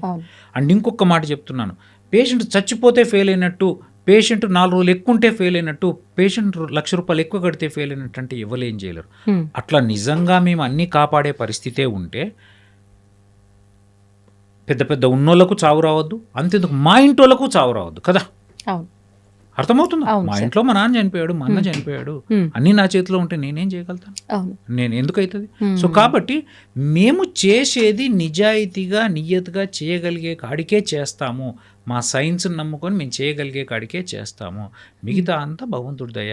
అంతే తప్ప మేము దేవుళ్ళమని, మంచిగానే విమలాకరెడ్డి దేవుడని, లేకపోతే ఇంకోళ్ళ దేవుడని, కాకపోగానే వాడు మోసం చేసిండు, అది చేసిండు, ఇది చేసిండు అంటే ఎంత దారుణం అంటే, కొంతమంది మాటలు వింటుంటే ఎంత, ఇప్పుడు పెద్ద వ్యవస్థ అండి, రోజుకు 40 మంది ఓపీ చూడాలి. ఓపీ చూస్తున్నప్పుడు ఒక సిస్టమ్ ఉంటుంది. నా కింద ఇంకిద్దరు అసిస్టెంట్లు ఉంటారు, వాళ్ళకి 2 అసిస్టెంట్లు ఉంటారు. మీకు రాగానే టైం వేస్ట్ కావద్దని ఒకళ్ళు ఫస్ట్ చూస్తారు, చూసి రాయాల్సిన టెస్ట్ రాస్తారు, నెక్స్ట్ అది అవుతారు, హిస్టరీ తీసుకుంటారు, నెక్స్ట్ నా దగ్గరకు వస్తారు. సో టైం వేస్ట్ కావద్దు, నేను అవసరమైన పని మాత్రమే చేయాలి. ఎందుకంటే నా స్టేచర్కి నేను మీ వ్యాధిని గుర్తుపట్టి కరెక్ట్ ప్లానింగ్ చేయడమే నేను చేయాలి. అంతేగాని నీ మీద భుజం మీద చేతేసి బుజ్జగిచ్చి, అవి మామూలుగా ఎంతో కొంత అమ్మ బాగున్నారా అంటాం, కానీ దానికంటే కూడా బేసిక్గా మీ వ్యాధిని గుర్తించడం నా ధర్మం, దానికి కరెక్ట్ ట్రీట్మెంట్ ఇవ్వడం ధర్మం. అది చూడకుండా అసిస్టెంట్లు చెప్తే విన్నాడు, నా కడుపు మీద చేతేయాల్సిన అవసరం ఉంటే తప్పకుండా వేస్తాను, ఎక్కడికైనా వచ్చేస్తాను, ఎక్కడైనా చూస్తాను, ఎంతైనా ఇంకా 10 క్వశ్చన్లు తను చెప్పిన తర్వాత సాటిస్ఫై కాకపోతే నిజంగా 10 క్వశ్చన్లు అడగాల్సి వస్తాడు. చెప్పిన దాంట్లో క్లారిటీ ఉంది, మిగతా అంత డేటా ఇంతకుముందు అయిన సర్జరీ గురించి ఉంది, అంతా చదివి వినిపించినప్పుడు మేము సాటిస్ఫై అయితే నెక్స్ట్ ఈ టెస్ట్ చేద్దామని అంట. మీకు ఇంకేమైనా డౌట్ ఉంటే అడగచ్చు. అయినా కాకుండా పోయి సార్ నాతో మాట్లాడలేడు, వాళ్ళు ఎవరో చెప్పింది. ప్రాక్టీస్ డాక్టర్లని అసిస్టెంట్లుగా తీసుకుంటారు, వాళ్ళకి ఎంతవరకు తెలుసో వాళ్ళు కరెక్ట్గా గుర్తిస్తారా, ఈయన సీనియర్ డాక్టర్ ప్రాక్టీస్ ఏందండి, వాళ్ళు సూపర్ స్పెషాలిటీ చదివిన వాళ్ళు, MBBS MS చదివిన వాళ్ళు, వాళ్ళు ప్రాపర్ మా దగ్గర ట్రైన్ అయిన వాళ్ళు, అందరూ డిగ్రీలు ఉన్న వాళ్ళు, వాళ్ళు రేపు పొద్దున పోయి మా అంతా అయ్యే డాక్టర్లు. ఇట్స్ ఏ సిస్టమ్ అండి. అన్నీ ఒక్కరే చేసి, ఇప్పుడు మీరు ఒక పని చేస్తుంటే మీ ఇక్కడ యాంకరింగ్, మీరు చైర్ జరుపుకోవడము, గెస్ట్లను తీసుకురావడము, ఇవన్నీ మీ పనులు కావు కదా. సిస్టమ్ అన్నాక ఎవరి పని వాళ్ళు చేస్తారు. నా స్థాయికి మీరు నా దగ్గరకు వచ్చింది, నేను కరెక్ట్ డయాగ్నోస్ చేయాలా, కరెక్ట్ ట్రీట్మెంట్ చేయాలి కదా, అంతే. అంటే జనాల ఎక్స్పెక్టేషన్ చాలా ఎక్కువ అయిపోయిందండి. ఎక్స్పెక్టేషన్ ఎక్కువ, పెట్టే ప్రతి రూపాయిని వేస్ట్ ఖర్చు అనుకుంటారు. అండ్ వాళ్ళని ఇంకొక పాట చెప్పదలుచుకున్నా, ఏ రోజైతే డాక్టర్లకు పేషెంట్కి మధ్య కస్టమర్ అండ్ సర్వీస్ ప్రొవైడర్ అనే రిలేషన్ డెవలప్ అయిందో అది స్పాయిల్ అయిపోయిందండి. సో మేము కూడా కన్జ్యూమర్ కోర్టులోకి వస్తాం, ఆ. అర్థమవుతుందా? సో అంటే కన్జ్యూమర్ కోర్ట్ అంటే అర్థమైంది, I'm a service provider, your a patient, your a customer. So అట్లాంటి రిలేషన్ వచ్చినప్పుడు కోర్టులోనేమో కస్టమర్ సర్వీస్ ప్రొవైడర్ అంటారు, ఈడికి రాగానే నువ్వు దేవుడివి, మానవతా దృక్పథం ఉండాలా, నువ్వు రూపాయి తీసుకోకుండా చేయాలంటే అట్లా ఎట్లయితే మరి అక్కడ ఎందుకు కొట్లాడరు? అక్కడ ఎందుకు కొట్లాడరు? నిజంగా చెప్పండి, 1000 మందికి సర్జరీలు జరిగితే ఎంతమంది ప్రాణాలు పోతారు? ఒకరిద్దరు. రేర్గా. మరి ఇంత 99% ఎందుకు చూడరు? ఎందుకు అసలు డాక్టర్లన్నా, డాక్టర్ వ్యవస్థ అన్నా, అండ్ అంటే వైద్య వ్యవస్థ అన్నా అంత నెగిటివిజం ఉంటే ఎవరేం చేయలేరు. మరి వాళ్ళ వల్ల బతికిన వాళ్ళు ఎందరో మంది ఉన్నారు కదా. మేము కరోనా టైంలో మాకు కరోనా వస్తుందని కూడా మా ఫ్యామిలీని లెక్క చేయకుండా మేము పోయి చేసినప్పుడు మీకు దేవుళ్ళలాగా అనిపించలేదు. అండ్ నేను ఇంకో మాట, ఇదంతా అంటుంది ఒక 5-10% మంది, 90% మంది. నేను I'm very proud of my life. ఎందుకంటే నా ఫోటోలను, నా పేర్లను టాటూలు వేయించుకున్న పేషెంట్లు ఉన్నారు, అండ్ రోజు కొలిసే వాళ్ళు ఉన్నారు, బర్త్డేలకు నా మీద పాటలు రాసి నాకు గిఫ్ట్లు పంపించే వాళ్ళు ఉన్నారు. గ్రాటిట్యూడ్ ఉన్న పేషెంట్లు 90% మంది అండి. నేను నిజం, ఇదంతా ఒక 10% మంది. వాళ్ళకు పనే ఉండదండి. నేను అదే అంట, వాళ్ళు నా వల్ల డిసాటిస్ఫై ఉంటే వాళ్ళ ఇంటోళ్ళ వల్ల కూడా డిసాటిస్ఫై ఉంటారు. I'm sorry to say his attitude is like that, is a negative personality. So వాళ్ళ గురించి పట్టించుకోవాల్సిన అవసరం లేదు. కానీ ఒకటైతే మీ ద్వారా నేను సొసైటీకి చెప్పేది, మీరు కూడా ప్రాపగేట్ చేయాల్సింది ఏంటంటే, అనవసరంగా అన్యాయంగా చేయాలనుకునే పర్సంటేజ్ చాలా చాలా తక్కువ లేదని నేను అన్నాను. ఓకే సార్, చాలామంది నమ్ముతుంటారు హస్తవాసి అని చెప్పి డాక్టర్ల విషయంలో. అంటే ఇది ఆ డాక్టర్ ఎక్స్పీరియన్స్ని పైన డిపెండ్ అయి ఉంటుందా, లేదంటే డాక్టర్కి పేషెంట్కి ఉన్న బాండ్, ఆ రిలేషన్, ట్రస్ట్ని బట్టి ఉంటుందా? ఎలా తీసుకోవచ్చు అంటారు? Excellent question. హస్తవాసి అనేది మనము చిన్నప్పుడు ఊర్లలో విన్న మాట. హస్తవాసి అంటే ఏం లేదండి, ఆ మనిషి టాలెంట్, డయాగ్నోస్ చేసే టాలెంట్, ట్రీట్మెంట్ ఇచ్చే టాలెంట్, సర్జరీ చేసే టాలెంట్, అవుట్కమ్ ఇచ్చే టాలెంట్ని పేషెంట్ నమ్మకం రెండూ కలిసి, అంటే పేషెంట్ నమ్మి పోయినప్పుడు ఆయనకు నిజంగా తెలివి ఉండి సర్జరీ చేసే స్కిల్ ఉంటే చేసి బయట పెడితే అట్లా 10 మందిలో 9 మందికి బాగా అయితే మంచి హస్తవాసి అంటారు. సింపుల్. ఓకే, దానికి ఎక్స్పీరియన్స్ అనే పదాన్ని ఈ కాలంలో ఎక్స్పీరియన్స్ మ్యాటర్స్, బట్ అట్లా అని యంగ్స్టర్స్లో తెలివి లేదనేది నేనైతే ఒప్పుకోను. ఎందుకంటే చాలామంది చిన్న డాక్టర్లు ఫస్ట్ నుంచి ఎక్సెల్ అయిన వాళ్ళు ఎందరో మంది ఉన్నారు. కొంతమంది 40 ఏళ్ళకి పేరు తెచ్చుకున్న వాళ్ళు, కొంతమంది 50 ఏళ్ళకి తెచ్చుకున్న వాళ్ళు, కొంతమంది ప్రాక్టీస్లోకి వచ్చిన 1-2 ఇయర్స్లో కూడా పేరు వచ్చిన వాళ్ళు. It's all your knowledge. Basically నాలెడ్జ్ను ప్రాక్టికల్గా ఎంతవరకు పేషెంట్ మీద అప్లై చేసి మంచి రిజల్ట్స్ తేయగలుగుతున్నావు, దాన్ని నీ యాటిట్యూడ్ బాగుంటే పేషెంట్ మంచి రిలేషన్లో ఉంచుకుంటాం. ఓకే, సో నేను అదే డాక్టర్ కూడా చెప్తాను, మంచి పేషెంట్ని నీ ఫ్యామిలీలాగా కన్సిడర్ చేయాలి, గౌరవించాలి, ప్రేమించాలి, అంటే నమ్మకం కలిగించాలి. ఎందుకంటే ఆయనకు ఫస్ట్ నమ్మకం కలగాలి. అరే వీడు సర్జరీ చేస్తారు, ఇప్పుడు మా అయితే అన్ని సర్జికల్ ఫీల్డ్ కదా, అండ్ నా ప్రాణాన్ని ఆయన చేతిలో పెడుతున్నా. నమ్మకం కలగాలంటే కావాల్సిన ఎక్స్ప్లెనేషన్ ఇవ్వాలి, కావాల్సినంత చెప్పాలి, కావాల్సినంత కాన్ఫిడెన్స్లోకి తీసుకోవాలి. ఇప్పుడు ఒకప్పటి కాలంలో సర్జరీలు అనగానే ఖచ్చితంగా కోత, కానీ ఇప్పుడు అంత రిస్క్తో కూడుకున్నాయి కావు, చాలా అప్డేటెడ్ వర్షన్స్ వచ్చేసాయి ఆపరేషన్స్. కానీ ఎటువంటిదైనా ఎంత సింపుల్గా టెక్నాలజీ పెరిగిపోయినా కూడా సర్జరీ అనగానే ఒక రకమైన భయం. ఖచ్చితంగా మొత్తం భారం అంతా నీ మీదే అని చెప్పి డాక్టర్ని దేవుడిగా నమ్మి నమస్కరించే వాళ్ళు ఉన్నారు, దేవుడి పైన కూడా అంతే భారం వేసే వాళ్ళు ఉన్నారు. మరి ఇప్పుడు ఇది పెద్ద టాస్కే అనుకోవాలి డాక్టర్. మీరు కూడా దేవుణ్ణి దండం పెట్టుకోవడము, ఏదైనా చేయడం లాంటివి ఉంటాయా సార్? సో నేను నా ఒక్కడి విషయమే చెప్తాను. నేను కేసు కోతున్నప్పుడు దండకం పెట్టుకోవడం అట్లాంటివి ఎప్పుడు చేయనండి. ఇట్ డజంట్ మీన్ నేను దేవుడు లేడు అని నమ్మను. నేను నమ్మే ఏకైక సిద్ధాంతం ఏంటంటే, ఈ ప్రపంచంలో ఏదో ఒక శక్తి ఉంది, ఆ శక్తి ప్రపంచాన్ని నడుపుతుంది. దాని పేరు మీరు దేవుడు అంటారా ఇంకోటి అంటారా నాకు తెలియదు. సో పొద్దున స్నానం చేసిన తర్వాత పోయి ఒక 3 భగవద్గీత శ్లోకాలు చదువుకొని బయటకు వస్తాను. ఇంకా ఆ తర్వాత నేను ఇంకా ఆయన మీద భారం మరి పొద్దునే వేస్తానేమో నాకు తెలియదు, ప్రతిక్షణం అయితే వేయను. నేను అన్నిటినీ, అంటే సైన్స్ నమ్ముతా, నా డెడికేషన్ నమ్ముతా, నా హార్డ్ వర్క్ నమ్ముతా, టీం వర్క్ నమ్ముతా. మనం అన్నిటితో పాటు ఖచ్చితంగా ఆయన దేవుడి దయ ఉండాలి. అది మనం రోజు పొద్దున నువ్వు ఉన్నావు నాయనా, నేనంట నువ్వు నాకు ఈ జీవితాన్ని ఇచ్చినందుకు కృతజ్ఞుడిని అని చెప్తాను అంతే. ఇది నేను నమ్మేది. ఇక ప్రతొక్కరు పోయి దేవుడు ప్రతి సర్జరీ ముందు పూజ చేస్తారా అంటే ఐ డోంట్ థింక్ సో. చాలామంది డాక్టర్లు, 85% ఆఫ్ ద డాక్టర్స్ నాలాగే ఉంటారు. They believe in some super power, అంతే తప్ప పర్టికులర్ ఈ గాడ్ అంటే ఇష్టం, ఆ గాడ్ అంటే ఇష్టం, పోయి రిచువల్స్ చేయడము అట్లా యూజువల్గా ఉండారు.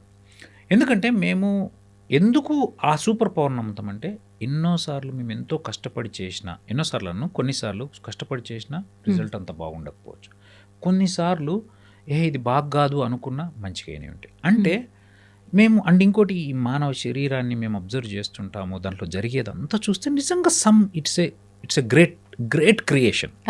సో అందువల్ల మేము ఆ సూపర్ పవర్ను నమ్ముతాం.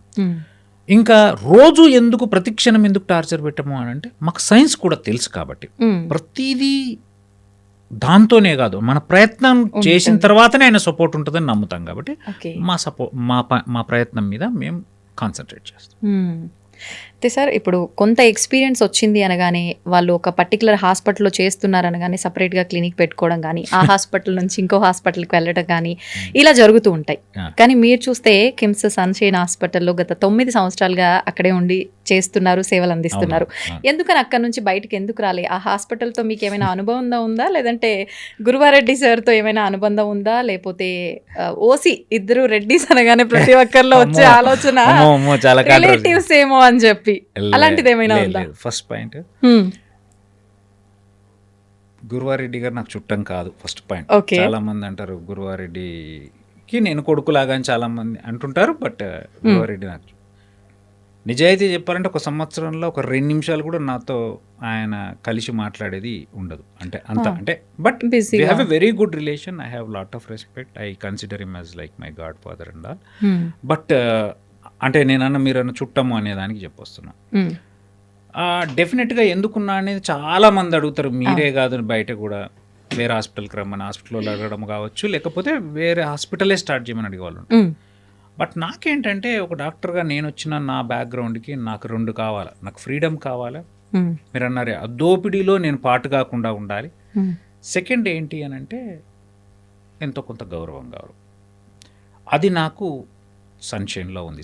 ఇప్పుడైనా కిమ్స్ సన్షైన్ అయింది. ఒకప్పుడు సన్షైన్ లాగా ఉన్నప్పుడు కూడా అది ఆర్థోపెడిక్ హాస్పిటల్ అయినా నేను జిఐ సర్జరీ డిపార్ట్మెంట్ను ఒక్కడిగా స్టార్ట్ చేసి ఇప్పుడు 11 మందితో ఒక పెద్ద డిపార్ట్మెంట్ బిల్డ్ చేసి అపెండిక్స్ నుంచి లివర్ ట్రాన్స్ప్లాంట్లు చేసే స్థాయికి, ట్రైనింగ్ ఇచ్చే స్థాయికి, పబ్లికేషన్లు చేసే స్థాయికి తీసుకెళ్ళాను. సో దానికి నాకు ఉన్న కంఫర్ట్, నాకు వాళ్ళు స్పెషల్గా నాకు మార్కెటింగ్ చేసో లేకపోతే నన్ను ఎత్తుకోనో ఏదో చేసిర్రా నేను అక్కడ ఉండలేదు. నేను ఏం చేసి నేను ఎదుగుతూ నేను కష్టపడుతూ ముందుకు పోతే నన్ను ఎవరు ఆపలేదు. సో ఆ కంఫర్ట్ కోసం అండ్ ఖచ్చితంగా ఆ గౌరవం ఉంది. సో అందుకే కష్టాల్లో ఉన్నప్పుడు కూడా, అంటే హాస్పిటల్ ఇబ్బందుల్లో ఉన్నప్పుడు కూడా, ఎట్లాంటి పరిస్థితులైనా నేను హాస్పిటల్తోనే ఉన్నాను. ఏ రోజు హాస్పిటల్కి ఇబ్బంది కలిగనియలే. నాకు డెఫినెట్గా హాస్పిటల్ స్పెషల్ ప్రివిలేజెస్ ఇవ్వకపోయినా కష్టపెట్టలేదు. సో కాబట్టి నేను I have lot of respect towards Guruva Reddy గారు. ఎందుకంటే నా ఒక్కడితో నాకు నేనంటే స్పెషల్గా అటాచ్మెంట్ ఏమి ఉండకపోయినా ఒక మంచి గౌరవం, అరే వీడు కష్టపడి పైకి వచ్చిండు అని ఒక ఫీలింగ్ తనకు ఎప్పుడు ఉంటుందని నేనైతే అనుకుంటా. బట్ స్పెషల్ ప్రివిలేజ్ అని అట్లా ఆయన అందరితో బాగుంటారు, అందరినీ మంచి ప్రేమగా చూస్తారు, అందరినీ ఇష్టపడతారు, అందరినీ కష్టపడే వాళ్ళను, కష్టపడి పనిచేసే వాళ్ళని ఎవరినైనా ఇష్టపడతారు. నాకు బేసిక్గా అక్కడ ఉన్న పాజిటివ్ వైబ్ అంటే ఇష్టం. నాలాగే సార్ కూడా పాజిటివిజం అంటే నమ్ముతాడు, మనిషి ప్రేమకి ఎక్కువ విలువిస్తాడు, హ్యుమానిటీకి ఎక్కువ విలువిస్తాడు. అండ్ సో అది నాకు ఫస్ట్ డే నుంచి వెళ్ళి నాకు బాగా నచ్చి, నేను ఎందుకో నాకు తెలియదు, నేను సూపర్ స్పెషల్ చదువుతున్నప్పుడు ఎందుకో నేను సన్షైన్లో కన్సల్టెంట్ అవుతా అని నాకు ఎందుకో ఊహకు వచ్చేది, ఎందుకో తెలియదు. I'm not boasting. అది మరి ఎందుకు మెటీరియలైజ్ అయిందే అంతే తప్ప నాకు ఆయన చుట్టమని కదా. ఇంకా లాస్ట్ మాట అన్నారు, చాలా కాంట్రవర్షియల్ రెడ్డి, అట్లేమి ఉండదండి. మా స్థాయికి అసలు మేము అసలు అది గుర్తుకు కూడా ఉండదు, ఎప్పుడు అట్లా ఉండదు. అన్ని రకాల మనుషులు ఉంటారు, అందరూ ఉంటారు. మాకు గురువారెడ్డి సార్ అంటే చాలా గౌరవము, ప్రేమ, అభిమానం ఉంటుంది. ఆయనకు మేమంటే జస్ట్ ఒక కష్టపడి పనిచేసి పైకి వచ్చిన అబ్బాయిలాగా చూస్తారు. ఇంత రిలేషన్. మేము మమ్మల్ని ఇష్టపడి ఆయన ప్రేమించాలనుకుంటాం, బట్ ఆబ్వియస్లీ ఆయన ప్రపంచం పెద్దది కాబట్టి మనం చాలా చిన్న ఆయనకి, అంతే. ఓకే సార్, మామూలుగా మనకు కొంచెం స్ట్రెస్ ఉంటేనే పక్క మనిషితో మాట్లాడే విధానం ఆటోమేటిక్గా దురుసుగా ఉంటుంది. పీస్ఫుల్ మైండ్ లేకపోతే మాటలే సరిగ్గా మాట్లాడలే. అట్లాంటిది మీరు ఇంత బిజీ షెడ్యూల్లో ఉండి ఎన్నో రకాల బాధ్యతలు మీ పైన ఉండి కూడా పుస్తకాలు రాయటం, కవితలు రాయటం అనేది నిజంగా చాలా తక్కువ మంది చేస్తారు డాక్టర్ ప్రొఫెషన్లో ఉన్నవాళ్ళు. కానీ మీరు కవితలు రాస్తుంటారని చెప్పి విన్నాను. ఒక బుక్ రాశారు, అందులో ముందు మాటగా గురువారెడ్డి గారి మాటలు. ఎలా అనిపించింది సార్ మీకు? రాయాలని ఎందుకు అనిపించింది? లేదు, యాక్చువల్గా నేను కవితలు రాసి కవిత్వం రాసి అంత కవినని నేనైతే అనుకున్నాను. అందుకే దానికి ముందే టైటిల్ పెట్టాను, ఎవరు తప్పులించకుండా కవి రాయని కవితలు. సో బేసిక్గా తెలుగు మీడియం నుంచి వచ్చాను, తెలుగు మాత్రమే వచ్చు, ఇంగ్లీష్ అంతంత మాత్రం వచ్చు. అండ్ నాకు నిజంగా తెలుగు లిటరేచర్ అంటే చాలా ఇష్టం. ఇప్పటికీ బుక్స్ చదువుతూనే ఉంటాను. Okay, regular. మీరు నా ఓపీకి వస్తే ఓపీ ముందర ఒక లైబ్రరీ ఉంటుంది, నా ఇంట్లో కూడా లైబ్రరీ ఉంటుంది. వీలైన కాడికి టైం దొరికినప్పుడల్లా ఎంతో కొంత. రీసెంట్గా నల్ల పిల్లన గ్రోవి అనే బుక్ను కంప్లీట్ చేశాను బై గూన్ల వెంకటనారాయణ అని ఒక యంగ్ రైటరు, ఆయన బుక్ కంప్లీట్ చేశాను. సో అట్లా నాకు బుక్స్ చదవడం ఇష్టం. ఆ తెలుగు చదువుతున్నప్పుడు ఆ ఫ్లేవర్ని నేను ఎంజాయ్ చేస్తాను. ఆ పదాలని అంటే దాన్ని ఏమంటే ఆ పదప్రయోగం, డిక్షన్ అంటారు, దాన్ని నేను ఎంజాయ్ చేస్తుంటాను. సో దాంతో కొంచెం తెలుగులో ఉన్న కొద్దిగా పట్టు అన్ను కొంచెం వచ్చు, ఎక్కువ రాదు. సో దాంతో నాకు తోచినట్టుగా పేపర్ మీద పెట్టడం అలవాటు. అట్లా కొన్ని రాసిన తర్వాత ఫస్ట్ నేను ఎంబీబీఎస్లో ఉన్నప్పుడు అడపా రాసేవాడిని. రాసినప్పుడు నా ఫ్రెండ్ మహేంద్ర అని ఉంటాడు, వాడు ఒక బుక్లో రాసి పెట్టాడు. పెళ్ళైన తర్వాత నా వైఫ్ నమిత రాసి పెట్టింది. సో దాని తర్వాత ఒకరోజు నా కొలీగ్స్లో గౌరాంగ్ అని నా జూనియర్ ఉంటాడు, వాడికి ఎందుకో ఒక బుక్ లాగా చేయాలని ఒక ఫస్ట్ ఊరికే ఫోల్డర్ లాగా తీసుకొని వస్తే ఐ థాట్ ఒక బుక్కే ఇద్దామని వేసి గురువారెడ్డి సార్ పంపిస్తే గురువారెడ్డి సార్ నా ముందు మాట రాయడం జరిగింది. సో కానీ నాకు నిజంగా దానికి అంత విలువ ఉందనేది ఇప్పుడు కొన్ని వేల రీప్రింట్లు చేసినాం, ఇప్పటికీ ఒక 5,000 పైన బుక్కులు ప్రింట్ చేసినాము. అవి చేపించిన 6 నెలల కల్లా అయిపోతాయి. చాలామందికి అవి ఇష్టమవుతున్నాయి. నేనైతే అందులో సాహిత్యం ఉండో పెద్ద కవిత్వం ఉండో అది జరుగుతుందని నేను అనుకోవట్లేదు. జస్ట్ నాకేదనిపిస్తే అది ఊరికే మాటలు రాసిన అది జెన్యూన్గా వచ్చి నేను చదువుతా అర్థమవుతుంది. ఇది జెన్యూన్ ఆయన హార్ట్ నుంచి వచ్చిన పదాలను అర్థం, అందుకే అందరికీ నచ్చుతున్నాయి. అలా పెద్ద సాహిత్యము పెద్ద కవిత్వము ఉండి నేనేదో గొప్ప కవిని అని అయితే నేనైతే అనుకోను. బట్ అది నిజంగా చాలామందికి టచ్ అవుతుంది. అండ్ ఈ మధ్య కూడా రాస్తున్నాయి, ఇంకా మళ్ళీ కొన్ని పైన మేబీ ఒక కొన్ని రోజుల తర్వాత ఇంకో బుక్ కూడా ప్రింట్ చేయిస్తానేమో. అది నాకు నిజంగా తెలుగు సాహిత్యం అంటే ఇష్టం. అండ్ నేను ఒకటి చెప్తాను, మీరు అన్నారు కదా డాక్టర్కి తను ప్రొఫెషన్ కాకుండా మిగతా ఏదో ఒకటి, అది ఆట కావచ్చు, పాట కావచ్చు, కవిత కావచ్చు, రాయడం కావచ్చు, చదవడం కావచ్చు, ఏదో ఒకటి ఉండాలి. ఉంటేనే వాళ్ళ మైండ్ స్టేబుల్గా ఉంటుంది, బ్యాలెన్స్డ్గా ఉంటుంది, వాళ్ళకు నెగిటివిజం నుంచి దూరంగా ఉంటారు. లేకపోతే అదే మూస పద్ధతిలో అదే ప్రొఫెషన్లో కొట్టుకొని అదే కాంపిటేటివ్లో అదే ర్యాట్ రేస్లో కొట్టుకొచ్చేస్తారు. సో అది one of the important thing. అది కూడా నాకు నన్ను గురువారెడ్డి గారిని కనెక్ట్ చేశారు. తనకు సాహిత్యం అన్నా లిటరేచర్ అన్నా చాలా ఇష్టం. సో ఆయన ఈ వయసులో తెలుగుకు నేర్చుకుంటున్నాడు క్లాసెస్లో పెట్టుకొని. సో అంటే నేను అనేది దట్ కనెక్ట్స్, అంటే beyond your thing, balancing everything.